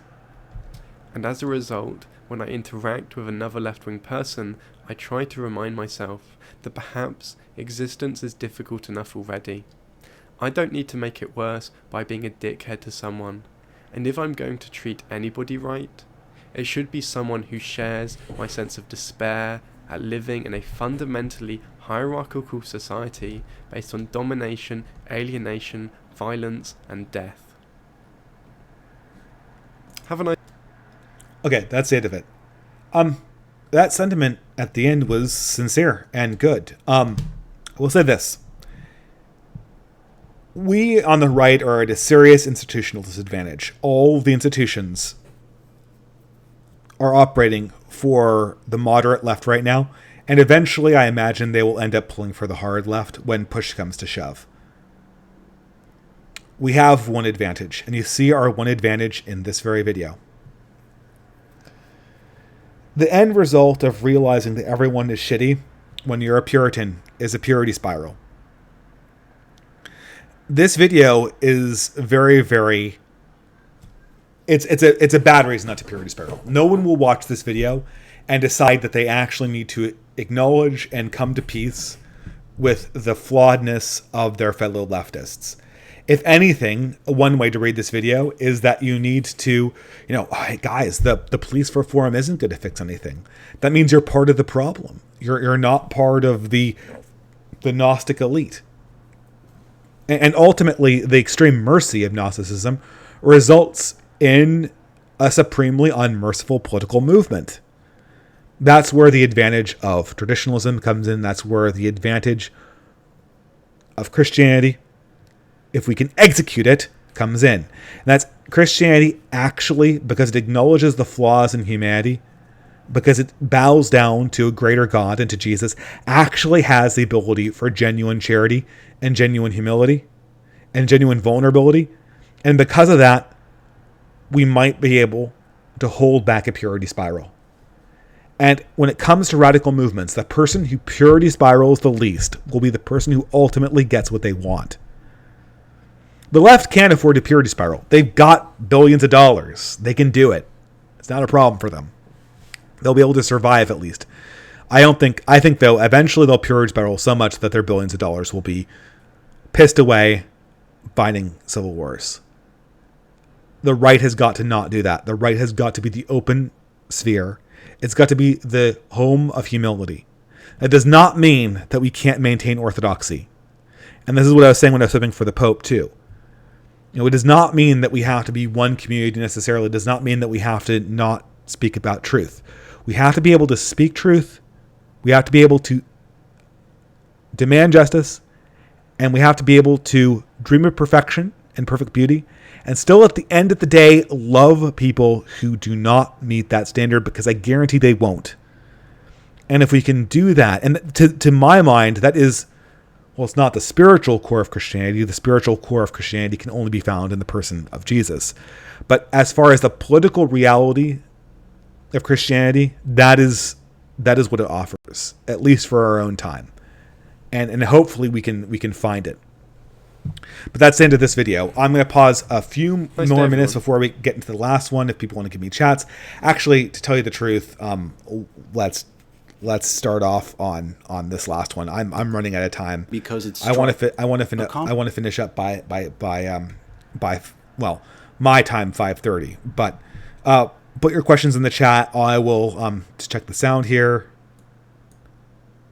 A common argument against Marxism. Okay, great, perfect. I think we're doing well.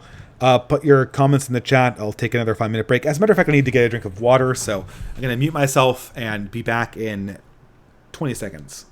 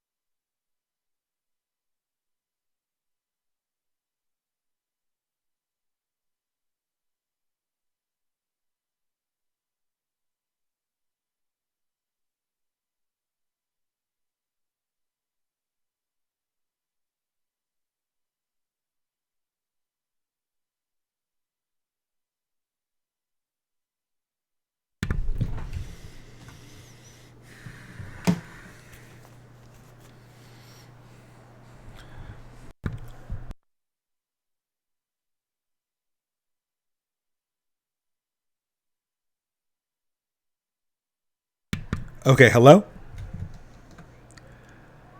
All right. I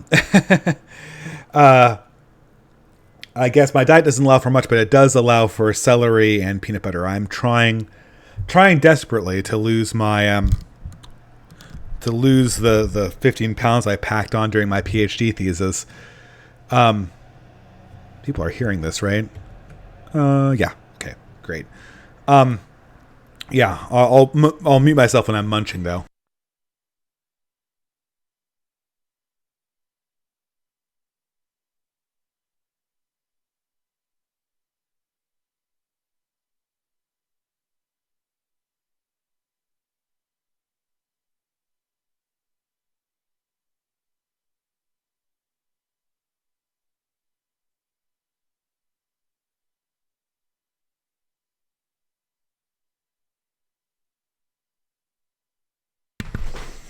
All right. Okay. So last video.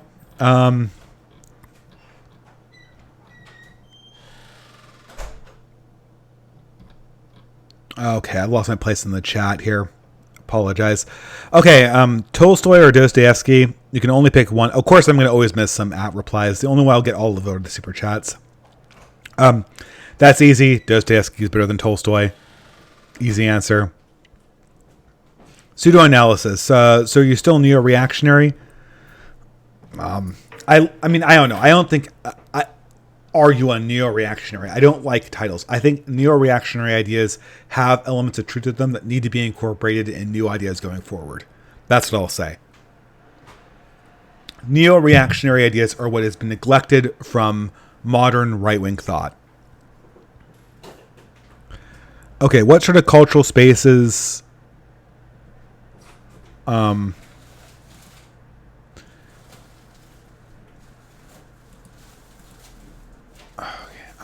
I guess it's just running. Okay, I don't see any super chats. I'll just go on to the last video. What sort of cultural spaces should the right try to break into to get a conservative people to people? I think sports groups would be one. I mean, it's hard to say, right? Because I did a whole video analyzing different spaces for cultural communication. If I were to say, I think that any space that has a very thick community will eventually will either need to be absorbed into the left or the right. Right now, that's become the left. I think that obviously religion is the first one that comes to mind. Since it's naturally long-lived, it naturally has to have a reactionary component to it. But I don't think we should limit ourselves to that. I think that people should experiment with reactionary gaming groups, reactionary or traditionalist gaming groups, or traditionalist artistic groups, right? People who take a certain aesthetic forward, right? People who get together to do amateur art, amateur science. I think these have a natural tendency towards reaction. I think the professions tend to go progressive. But I'm going to start this video because I'm running out of time. Common argument against Marxism that I've heard from the right is that Marxism cannot work because it strives after absolute equality, and this is bound to fail because humans are unequal by nature. What such critiques miss is that absolute equality is not what Marxism strives for. You had me. This is the thing, right? I really like this guy. I think he's on the level.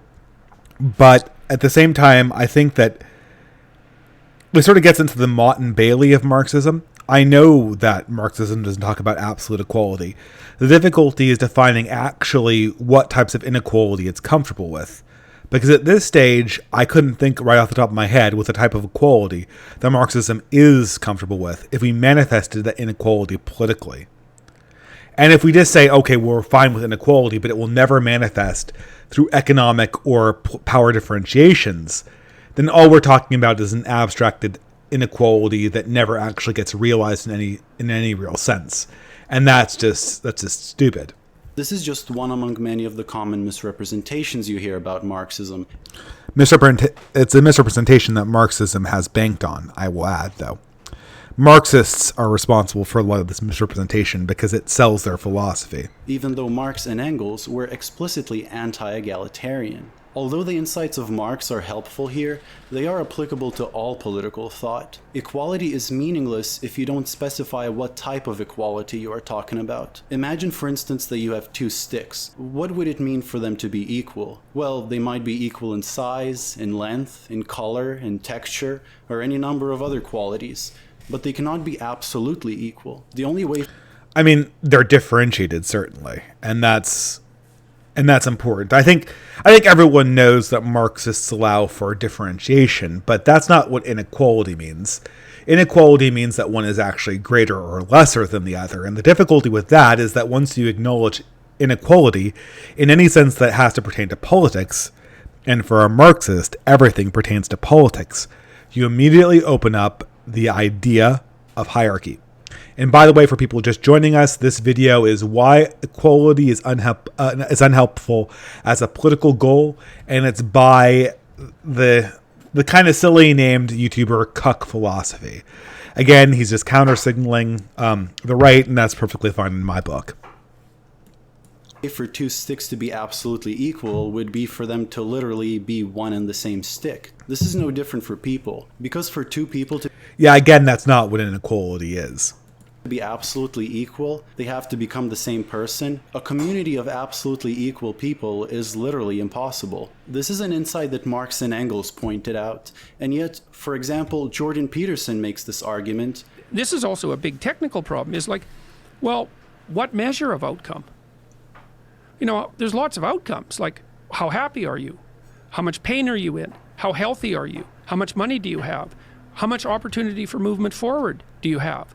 What's the width of your social connections? Like, what's the quality of your friendships? Do you have exposure to art and literature? Like, you can multiply the number of dimensions of evaluation between people innumerably, right? Because there's all sorts of ways to classify people. You're going to get equality of outcome on every one of those measures? Now, I will say this. I don't want to nitpick cuck philosophy. It always sounds weird when I say that. It's nitpicking cuck philosophy. Like, does it matter if I nitpick someone who's a cuck? Whatever. It's a silly name, but it sounds weird. But I don't want to nitpick cuck philosophy because I think he has a genuine point here. But he did kind of do a Mott and Bailey here, right? Like, Jordan Peterson's actually talking about inequality, but cuck philosophy was talking about differentiability, and that's key. Jordan Peterson's talking about greater than or less than. Everything is equal to, in the sense that nothing is greater than or less than. Whereas cuck philosophy was by some valuation, right? Like healthiness, happiness, wealth. These are all things where we can not only say that things are different, but we can also order them in one being greater than or less than. And that is what oftentimes Marxism toys with, not undifferentiability. But maybe he'll make a modification of his previous point so that it's more to the actual issue that Jordan Peterson's confronting here. Yet he does this thinking that he's making an argument against Marxism. Most people don't understand Marxism. Here's what Engels wrote in a letter in 1875. Between one country, one province, and even one place and another, living conditions will always evince a certain inequality, which may be reduced to a minimum, but never wholly eliminated. The living conditions of alpine dwellers will always be different from those of the plainsmen. The concept of a socialist society as a realm of equality is a one-sided French concept deriving from the old liberty, equality, fraternity, a concept which was justified in that in its own time and place it signified a phase of development, but which, like all the one-sided ideas of earlier socialist schools, ought now to be superseded, since they produce nothing but mental confusion, and more accurate ways of presenting the matter have been discovered. Okay, so this is just pure dialectic materialism, the Hegelian variety. Hegel is contextualizing the idea that, well, previously, the French Revolution believed in equality in the absolute sense because they were in a certain phase of development. But you see, Marxism is the synthesis of the equality of the French Revolution met up with the reactionary counterforce against it that was embodied by people like Napoleon. And therefore, we're going forward with a much more nuanced view of equality. Of course, if you went to Robespierre and all these other people, they wouldn't have believed in equality in the sense that Engels is refuting it. They wouldn't believe in undifferentiated life experiences across the board. Engels here is attacking a straw man himself. And I think the whole thing about this conversation is Marx and Engels were incredibly vague when they spoke about this topic. And I think what's going to be attempted by Marxists is that they're going to be attempting to use the vagueness to get out of the philosophical problems. And that's fine, right? If you have an actual description of the kind of equality that you're seeking, that's something that we can actually talk about. But at this stage, vagueness isn't going to get you out of the problem itself. At some point, you're going to have to discuss how you're going to politically confront the fact that we're unequal, and whether this physical inequality, not in a differentiated sense, but in an actual ordering sense, is going to result in the physical ordering resulting in a hierarchical ordering of power relations, which supposedly most modern anarchists are dead set against, or anarchists certainly are dead set against, and Marxists are dead set against. Marx pointed out that making two people more equal in one respect necessarily makes them more unequal in another respect. Consider two workers working for a wage. Because of different capabilities, they work different hours, and you want to make them more equal. If you try to make them more equal by equalizing the wage they get per hour, they become unequal in their total earnings. On the other hand, if you equalize their total earnings, you make their hourly wage more unequal, and this applies across the board. Because of this, Marx never advocated abstract equality as a political goal.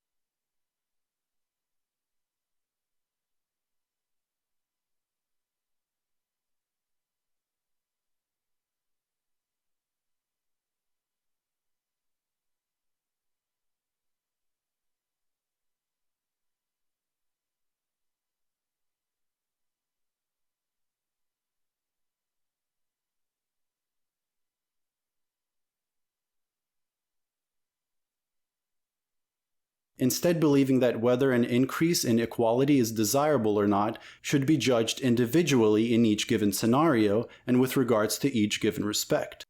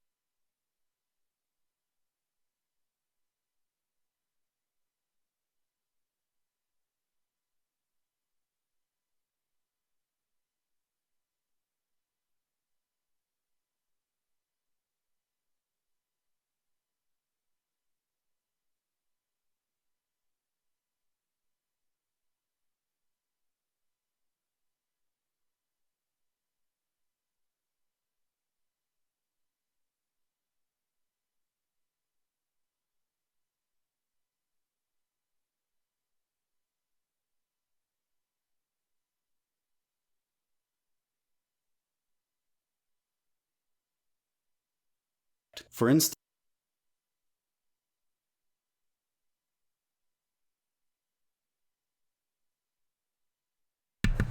Oh, I'm sorry. Boomer moment. I can't believe it. Did I mute myself through that entire thing? Okay, so where did I do this? Where was the last critique? Did I mute myself through that entire? Okay, maybe I have to go back. Oh, dude, God, this is named Boomer Stream for a reason.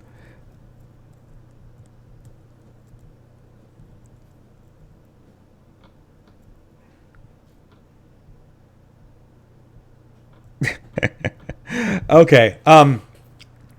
So I did not see that. So did I answer? People can answer. Did people get my critique, my answer to pragmatic philosophy? Okay, I'm just going to go back and assume that that I have not answered that. Okay, so pragmatic culture. Oh, good Lord, this is why I shouldn't do these things for more than 2 hours, because I'm already over time and I had to mute it incorrectly. So pragmatic culture. If people already heard this. Okay. Yeah. I can see that my sound working now, so you can tell me what's going on, right? Okay, so about 5 minutes of no sound. So I'll back to answering the criticism. So I will reassert my criticism of pragmatic culture. The difficulty, so he gave me a super chat for $5, which I think this is where I muted it. The difficulty with all of this, and I'll reassert my whole wages thing here. The problem with wages, and I guess that's 5 minutes in a 2 hour chat doesn't make a difference. Okay, the problem of wages, and this is the thing, and he's going to assert, this guy, he's going to make some kind of statement about wages. The issue here is that at some point this is going to manifest in power relations. So there's going to be a person who is going to get more money, or if they all get the same money, ultimately, one person is going to have more time. And at the end of the day, that's going to result in one person having more power or less power. And because of that, you're going to have a power asymmetry. You're going to have a hierarchy. You're going to have an ordering of relationships. And this is going to create something that's going to create a class. It's going to create a relationship between one person who has more time or one person who has more wages. And depending on the conversion between time and wages, one person is naturally going to have more power than the other. And this is going to create a power relationship. So what is the result of this? The result is the fact that none of this makes any sense with Marx's critiques. There's going to be a power relationship. regardless of what you do, regardless of how you divide up the wages. And if someone is going to have to individually decide this, like that's the solution, right? What if it's individually decided on a case-by-case basis? Well, then the person who decides is going to have the power. And the out here, the out that he gave us, I don't know if he's going to give this to us or not because we haven't gotten this far in the video. The out is that, okay, we can decide it democratically. Democratically, bullshit. Democratically, what's going to happen is that, and everyone knows, like I said this, everyone who's ever looked at the democratic process understands that the process of democratically deciding things is not some kind of will of the people. They understand that in isolation, pure democracies move two ways. They move through mob justice, which is pretty much random, through vindictive avarice, which is pretty much random, or through the influence of some leader who's manipulating them, because they're good at manipulating emotions. Those are the ways that mobs move. Now, every other person who's ever promoted democracy has always promoted it inside of a realm where it is a control on power and not the source of power itself. That's always been the way that rational people have dealt with this. And I'm not so sure what other way there is to deal with this issue. And the only people in the entire history of the world who have ever believed that the democratic process has had some will to people, the only people who've not been blithering idiots who've believed this are progressives in the 20th century. They're the only people who've ever believed that you could get around this problem by simply going through the polls.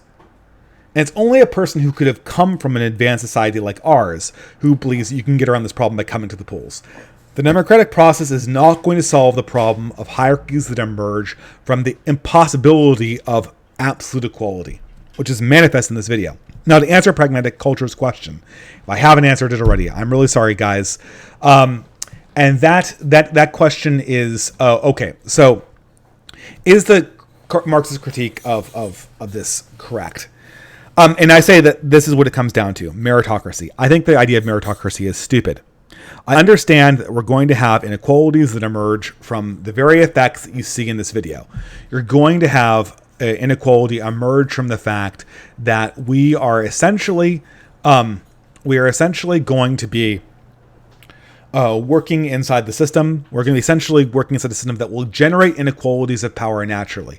Now, what we can't have, and what all Christians have to oppose, for all Christian saints have opposed this, is the idea that the natural inequalities that emerge from our economic system, we have to make sure that those don't get recast as spiritual differentiations, a type of which you might see in some iterations of the Hindu caste system, and which essentially the Gnostics have recreated for themselves, and the progressives have effectively recreated for themselves inside their own concept of progress. But I'm going to continue this here, and I have another super chat that I'll get to a little bit later.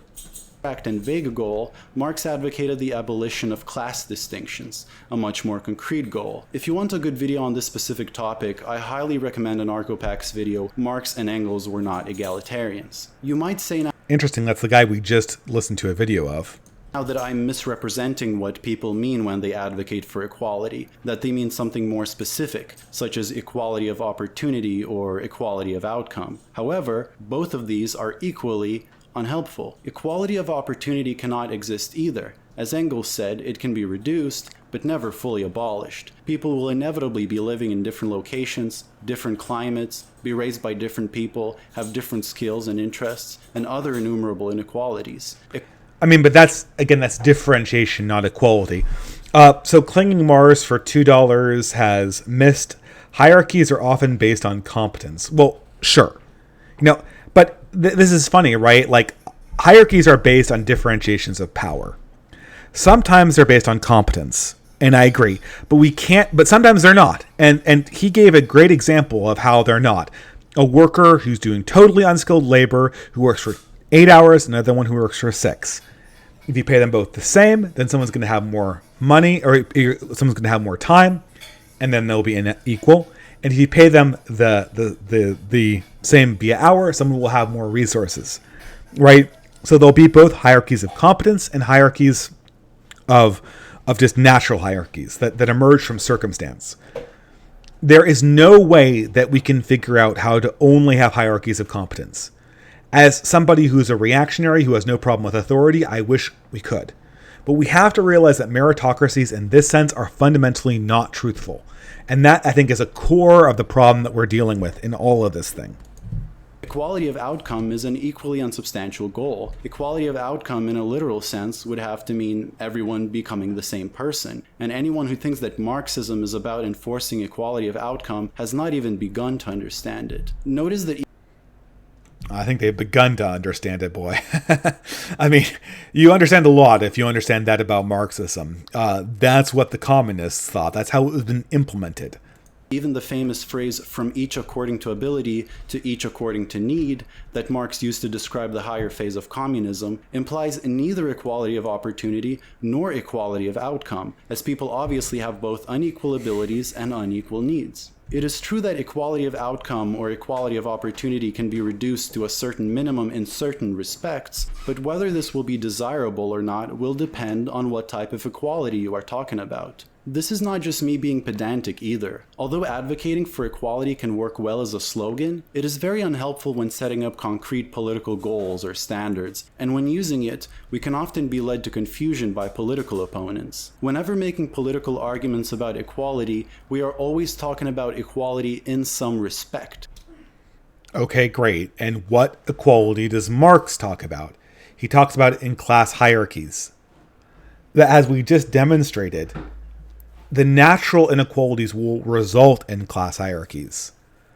There's no other way to do it. Once there are actual inequalities of wealth, as literally manifested in the amount that they're paid or in the amount of hours they have, which is another way of getting paid, because if you're not literally getting paid in resources, if you have more time, you have more time to, get social capital. And are you going to get rid of social capital? Or you have more time to be popular among people or get democratic influence and not work. There are going to be natural inequalities, and those will result in classes. If you don't call them, otherwise you're just coming up with a new name of things. You're gonna call the inequalities that emerge not class inequality, but it will be the same thing. Even if we don't specify it. Because two people in an argument may both be using the word equality, but implicitly be talking about it in different respects, this can lead to deliberately deceiving argumentation. Consider this scenario, for instance. In a country where same-sex marriage is illegal, a same-sex marriage advocate says that same-sex marriage must be legalized to ensure equality. The opponent replies, but you already have equality. You have the equal opportunity to marry people of the opposite sex, just like every other citizen. So what he's bringing up is the idea that there is natural inequality, and that I brought this up to Sargon too when I had that conversation with him the first time. Because of natural inequalities, there is going to be a need for a political system that will be partially unequal in some places because of the fact that there's this natural inequality. This is an approximation of an argument that I have actually heard, and where it goes wrong is that the two people are talking about equality in different respects. The advocate is talking about equality with respect to consensually marrying an adult, while the opponent is talking about equality with respect to marrying an adult of the opposite sex. This is why even talking about equality before the law is deficient as a general political goal. This is also what happens when people ask questions like, if men and women are equal, shouldn't you be allowed to hit women? Or, if women want to be equal, why don't we draft them to the military? Instead of asking questions about how to decrease violence in society in the first place, or resisting compulsory military recruitment, an exclusive focus on equality can lead us to ask all the wrong questions. I mean, you could easily just recast this, right? If you brought female equality of voting into the Senate in Rome, or any other time when female inequality was a thing, politically, you get the question, well, why would we give women the right to vote if they don't fight in the military? Instead of asking for equal rights, why not ask for better rights? Consider another example, which I found in Angela Davis's book, Are Prisons Obsolete? Angela Davis mentions a self-proclaimed feminist and former prison warden, Tekla Miller, who wanted men's and women's prisons to be more equal, and because of that, she argued that we should increase the weapons arsenals in women's prisons, and also instruct guards in women's prisons to shoot at escapees, just as they shoot at escapees in men's prisons. Angela Davis correctly responds, It does not occur to Miller that a more productive version of feminism would also question the organization of state punishment for men as well. Paradoxically, demands for parity with men's prisons, instead of creating greater educational, vocational, and health opportunities for women prisoners, often have led to more repressive conditions for women. This clearly shows one negative outcome that advocating for abstract equality can have. Miller, by utilizing an abstract and formalistic ideal, ended up arguing for making women's prisons equally as bad as men's prisons. Yeah, but and this is obviously there's a difficulty here. I mean, I don't know. I'd have to talk to the guy, but the difficulty is it's not just about equalizing people's consumption. And again, what he hasn't answered the core question this brings up. There's obviously a dimension of equality in Marxism. What isn't an equality of? Communism, right? Communal. Does it just mean that we're going to democratically decide everything? Because that's not equality. That's replacing one type of inequality with a different one, a political one.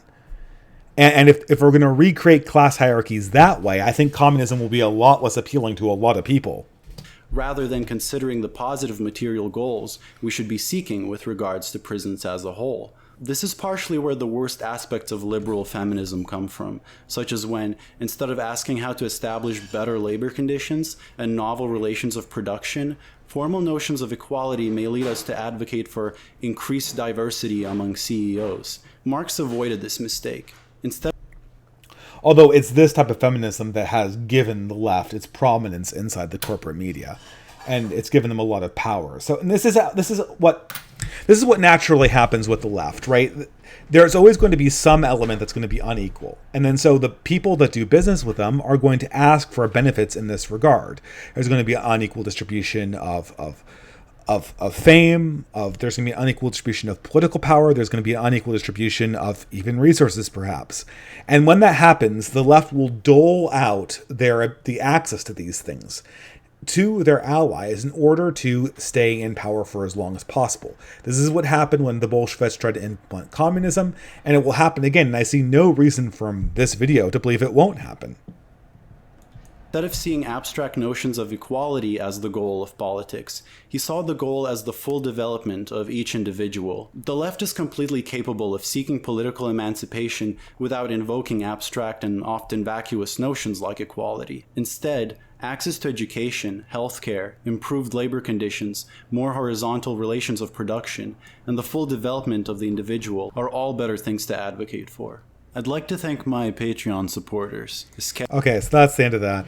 I'll keep it on for a few more minutes in case people have more questions. That's pretty much the end of this DistAns. So I managed to mute myself one more time. Yeah. You're going to have a few screw-ups in the 2-hour live stream, though.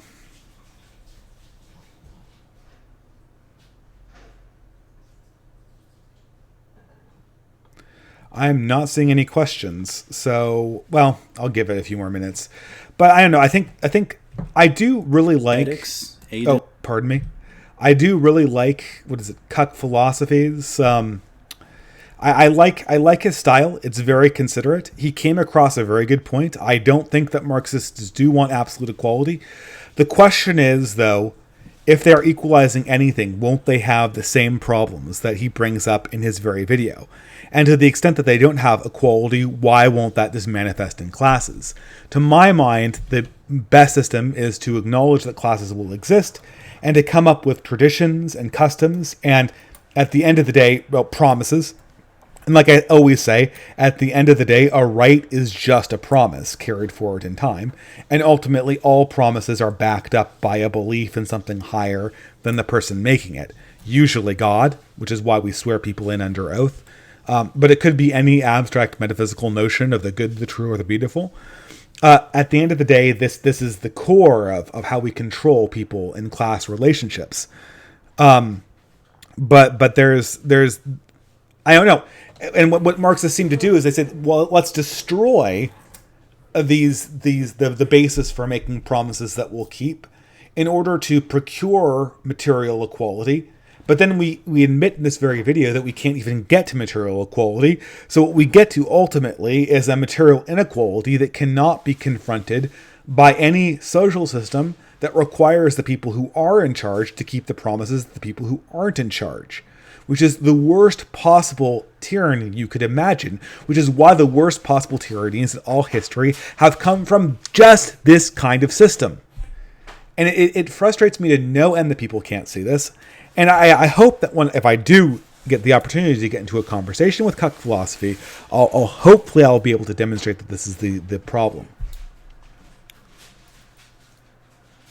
Okay, that is, I imagine what will happen though is that he said he would be interested in the live stream, but I imagine what will happen is that his patrons will he'll either get into a conversation with me once, and when he gets this question brought to him, to the extent that he honestly answers it, his patrons will essentially tell him to never do it again.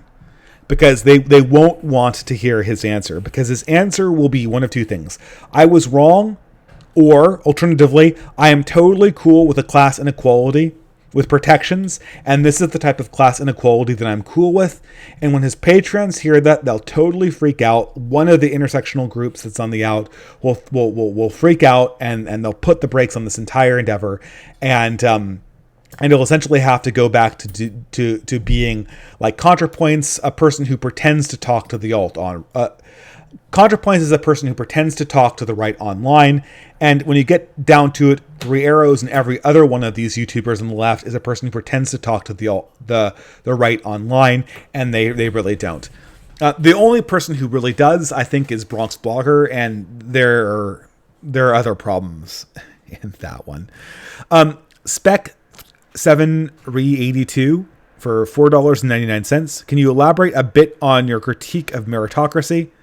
I always assume we should strive for it. Yes, and this is the boomer moment of this stream was a 3-minute section in which I accidentally muted myself because I was I was eating my health food dough.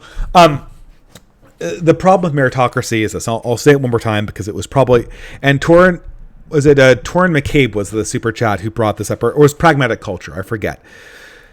The difficulty with meritocracy is that absolutely people are inequality. You know, there's two types of inequality.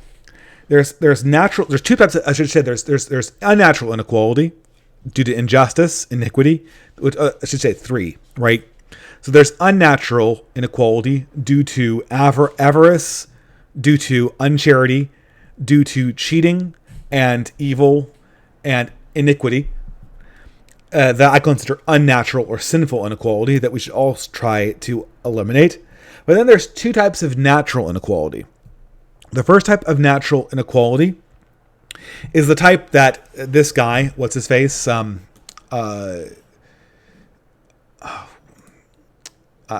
cuck philosophy. This is the type of inequality that cuck philosophy talked about in his stream, and it broadly is just due to the fact that we can't predict everything, right? If you pay someone equal wages for the same amount of work, for a different time spent working, one person will either have more time, or if you pay them both the same, or if you pay them both differently, one person will have more money. And because we can't predict the conversion rate between money and time, one person at the end of the day, because we can't predict anything, is going to have more money. So this is just natural inequality due to the fact that we can't predict everything. That's just random. And then the third type of inequality is natural inequality of virtue. So some people are more virtuous, some people have cultivated themselves better, some people are better able to critique themselves and to fashion themselves as people, or are more intelligent and just should be in charge. And this inequality is natural and good, and we need to arrange human hierarchies to mate this natural equality. The difficulty with meritocracy is that it presumes that we have some perfect knowledge of what constitutes the three types of inequality. Now, our law should rightfully target unnatural inequality due to unfairness and inequity, the first type. But I don't think that any political system will ever be able to differentiate between the two types of natural inequality, the random kind and the virtuous kind. And because of that, what meritocracy does, in essence, is it invites us to believe that we will be able to make this distinction in a real way. We obviously won't. And what meritocracy will do is it will nominate a spiritual distinction. It will say that any inequality we have is essentially an inequality of virtue, and it will make the person who is unequal, who is lesser in terms of wealth, the person who's lesser in terms of spirituality, which I think is an incredibly un-Christian state of affairs. So that's my critique of meritocracy. And I have another super chat. So thank you for that, Spec7.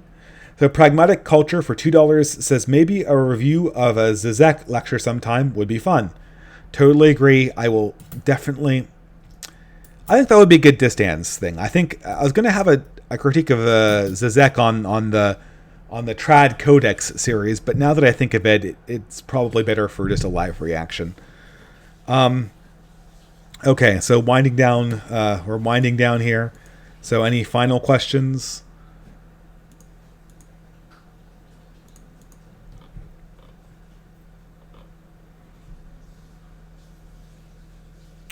Okay, I'm not seeing any, so I think we'll just call the live stream. And thank you all for the super chats, and I hope to see you on future DistAns. And this was DistAns 5, 30-year-old Boomer edition.